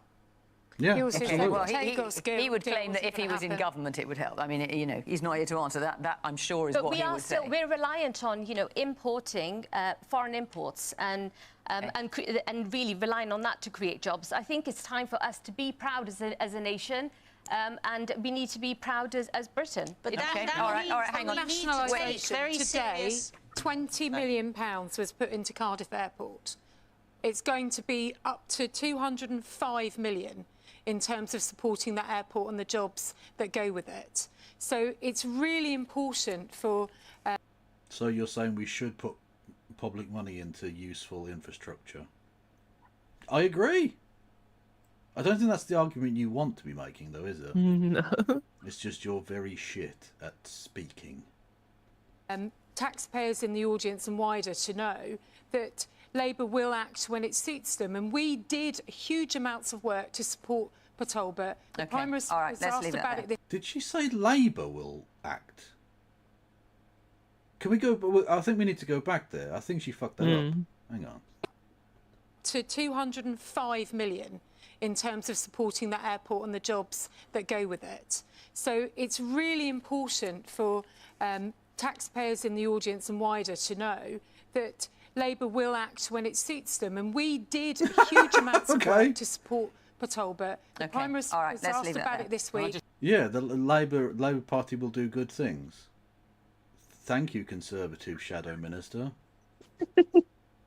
Fucking honestly, this is the super brain geniuses that are running the country. Amazing. I don't have a clear answer. Also, just the hypocrisy of any of these fuckers talking about industry. They have laid waste to industry in huge sections of the country. Northern England, Scotland, Wales, the southwest, the fucking Harland and Wharf Titanic docks, completely destroyed in Northern Ireland. These people are fucking ghouls who have overseen the destruction of the core of industry in this nation to the point where it is a fucking scintilla of a percentage of what it once was. Well, yeah, and our entire economy is 3 financiers in a trench coat and fucking a handful of Costa coffees. Yeah, we're barely a replacement bus service now. We're an occasional bus service that breaks down economy. Literally one sentence, Chris, or I won't fit the next question in. The failing of tariffs is shown that when America insisted on tariffs on steel in the past, the number of people employed in steel in America went down. All right, well done. One sentence, brilliant. Thanks. Grammatically correct. I salute you for that. OK, let's take another question. Susanna Thomas, where are you sitting? Oh, there you are. Devolution was supposed to deliver better outcomes for the people of Wales, but the reality is the performances in health, education and the economy are some of the worst in Europe. Why does the panel think this is, and how can this be rectified? William, do you want to kick us off with this one? Absolutely. Devolution is just what devolution is. It's about giving... I don't know if I can say anything of relevance to this conversation because I haven't got a fucking clue about the finer points of Welsh devolution. It is a bit difficult, isn't it? Because you've got to know exactly what parts of what sections of the economy and legislation are delegated to the various powers. Which is why I said earlier for the Americans it's kind of like federalism, but not really. Because each of the authorities has slightly different powers. Scotland being the most powerful of the devolved, and then Wales, and then when it occasionally sits Northern Ireland. So it's it's difficult to sort of be able to pass that out unless you're probably a member of the Senate, really, because who really fucking knows? Should we check what the last question is and pick which one of the two we think is the best one? Okay, so we've got like a baby otter. That's more devolution stuff. Still devolution. Maybe they don't have another question. Why not? That's still devolution. Oiled like a baby otter. I think we're still on devolution. Oh, there's like a question. Okay, there we go. She's looking down at the question. Yep. Women are reaching out to me daily. I'm an interviewer, by the way. Oh, hang on. We'll skip back then to... Backlog, and you simply refuse to put the money or the reform into it because you didn't believe in it. And you don't even want to look at people's experiences. Okay. Well, let's look at people's... We've got about a minute. A minute left. Brilliant. So, women, you're going to get a minute. And no more. Thank you to Verminsky for 5 gifted memberships on the YouTubes. Minute left. A woman there with the blonde hair and the black top. Yes. Hiya, thank you. I think it's important to highlight as well that the family court system is also failing. It's failing both in England and in Wales. I know that research from Dr. Elizabeth Dolgano at Manchester University, it's also been reported by the BBC that both women and children who are going through the family court process are actually attempting to take their lives. Ooh. Women are reaching out to me daily. I'm an interviewer, by the way, and a survivor myself. Women reach out to me every day saying that when they go into family courts, evidence of domestic abuse is simply not being tested within the courts, and women are not being believed. I actually met with a charity on exactly that yesterday, and I'm very happy to take that up. I wonder why the evidence isn't being tested properly, considering it's being collected by 40% domestic abusers. Hmm. Woman in the black. Do you want to make your point in 15 seconds? Yes, woman in the black top there. Let's get a microphone to you. You got, go on, 10 seconds. I'll try my best. I actually resonate with the lady behind her who said that there was a family member of hers that passed. My dad passed away a month ago today, and my mum retired a few years ago. She was an NHS pharmacist, became an unpaid carer, tried to apply for a blue badge, had a PIP that was in progress but got cancelled. Right, she got rejected for a blue badge twice. When will the system show any compassion? Okay, we hear you. I'm afraid I'm out of time. I mean, could you have shown any less giving a fuck about that topic than to squeeze it into... I mean, literally none of the panel got to even say anything. Like, the contempt you just showed for that, I'd rather you didn't fucking ask. Yeah. That's really fucking disgusting, actually. Yeah, It's a really serious topic that you have not even touched on. If you hadn't mentioned it, no one would have thought about it. At least in regards to this show. What you've just done there is shown that you don't give a fuck about this. Unbelievable. Oh, thank you, James from the internet, for raiding in. Although I think we're basically fucking done. Unless have we got anything else? There's nothing that I've got in mind, unfortunately. Okay. Well, thank you for raiding in. You can hit the follow button and come back another time. But we are basically done at this point. Let's see who's live. Yeah. Mad Cat Scotty was going. So we can raid into them if we want. Yeah. Yeah. That sounds good to me. You can have a wild time with Katie, one of our long-time viewers of the channel. Yeah.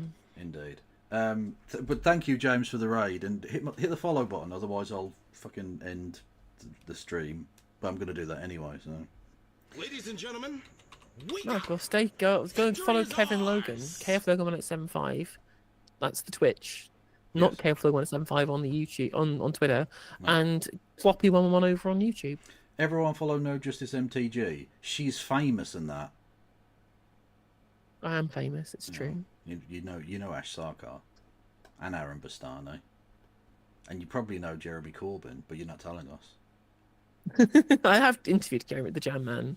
See, racist. Literally, I just do my head just don't call him Jumbly Crumbles. Don't call him Jumbly Crumbles. Oh, don't say Zig Heil. No, it's not. It would be hilarious, but don't do it.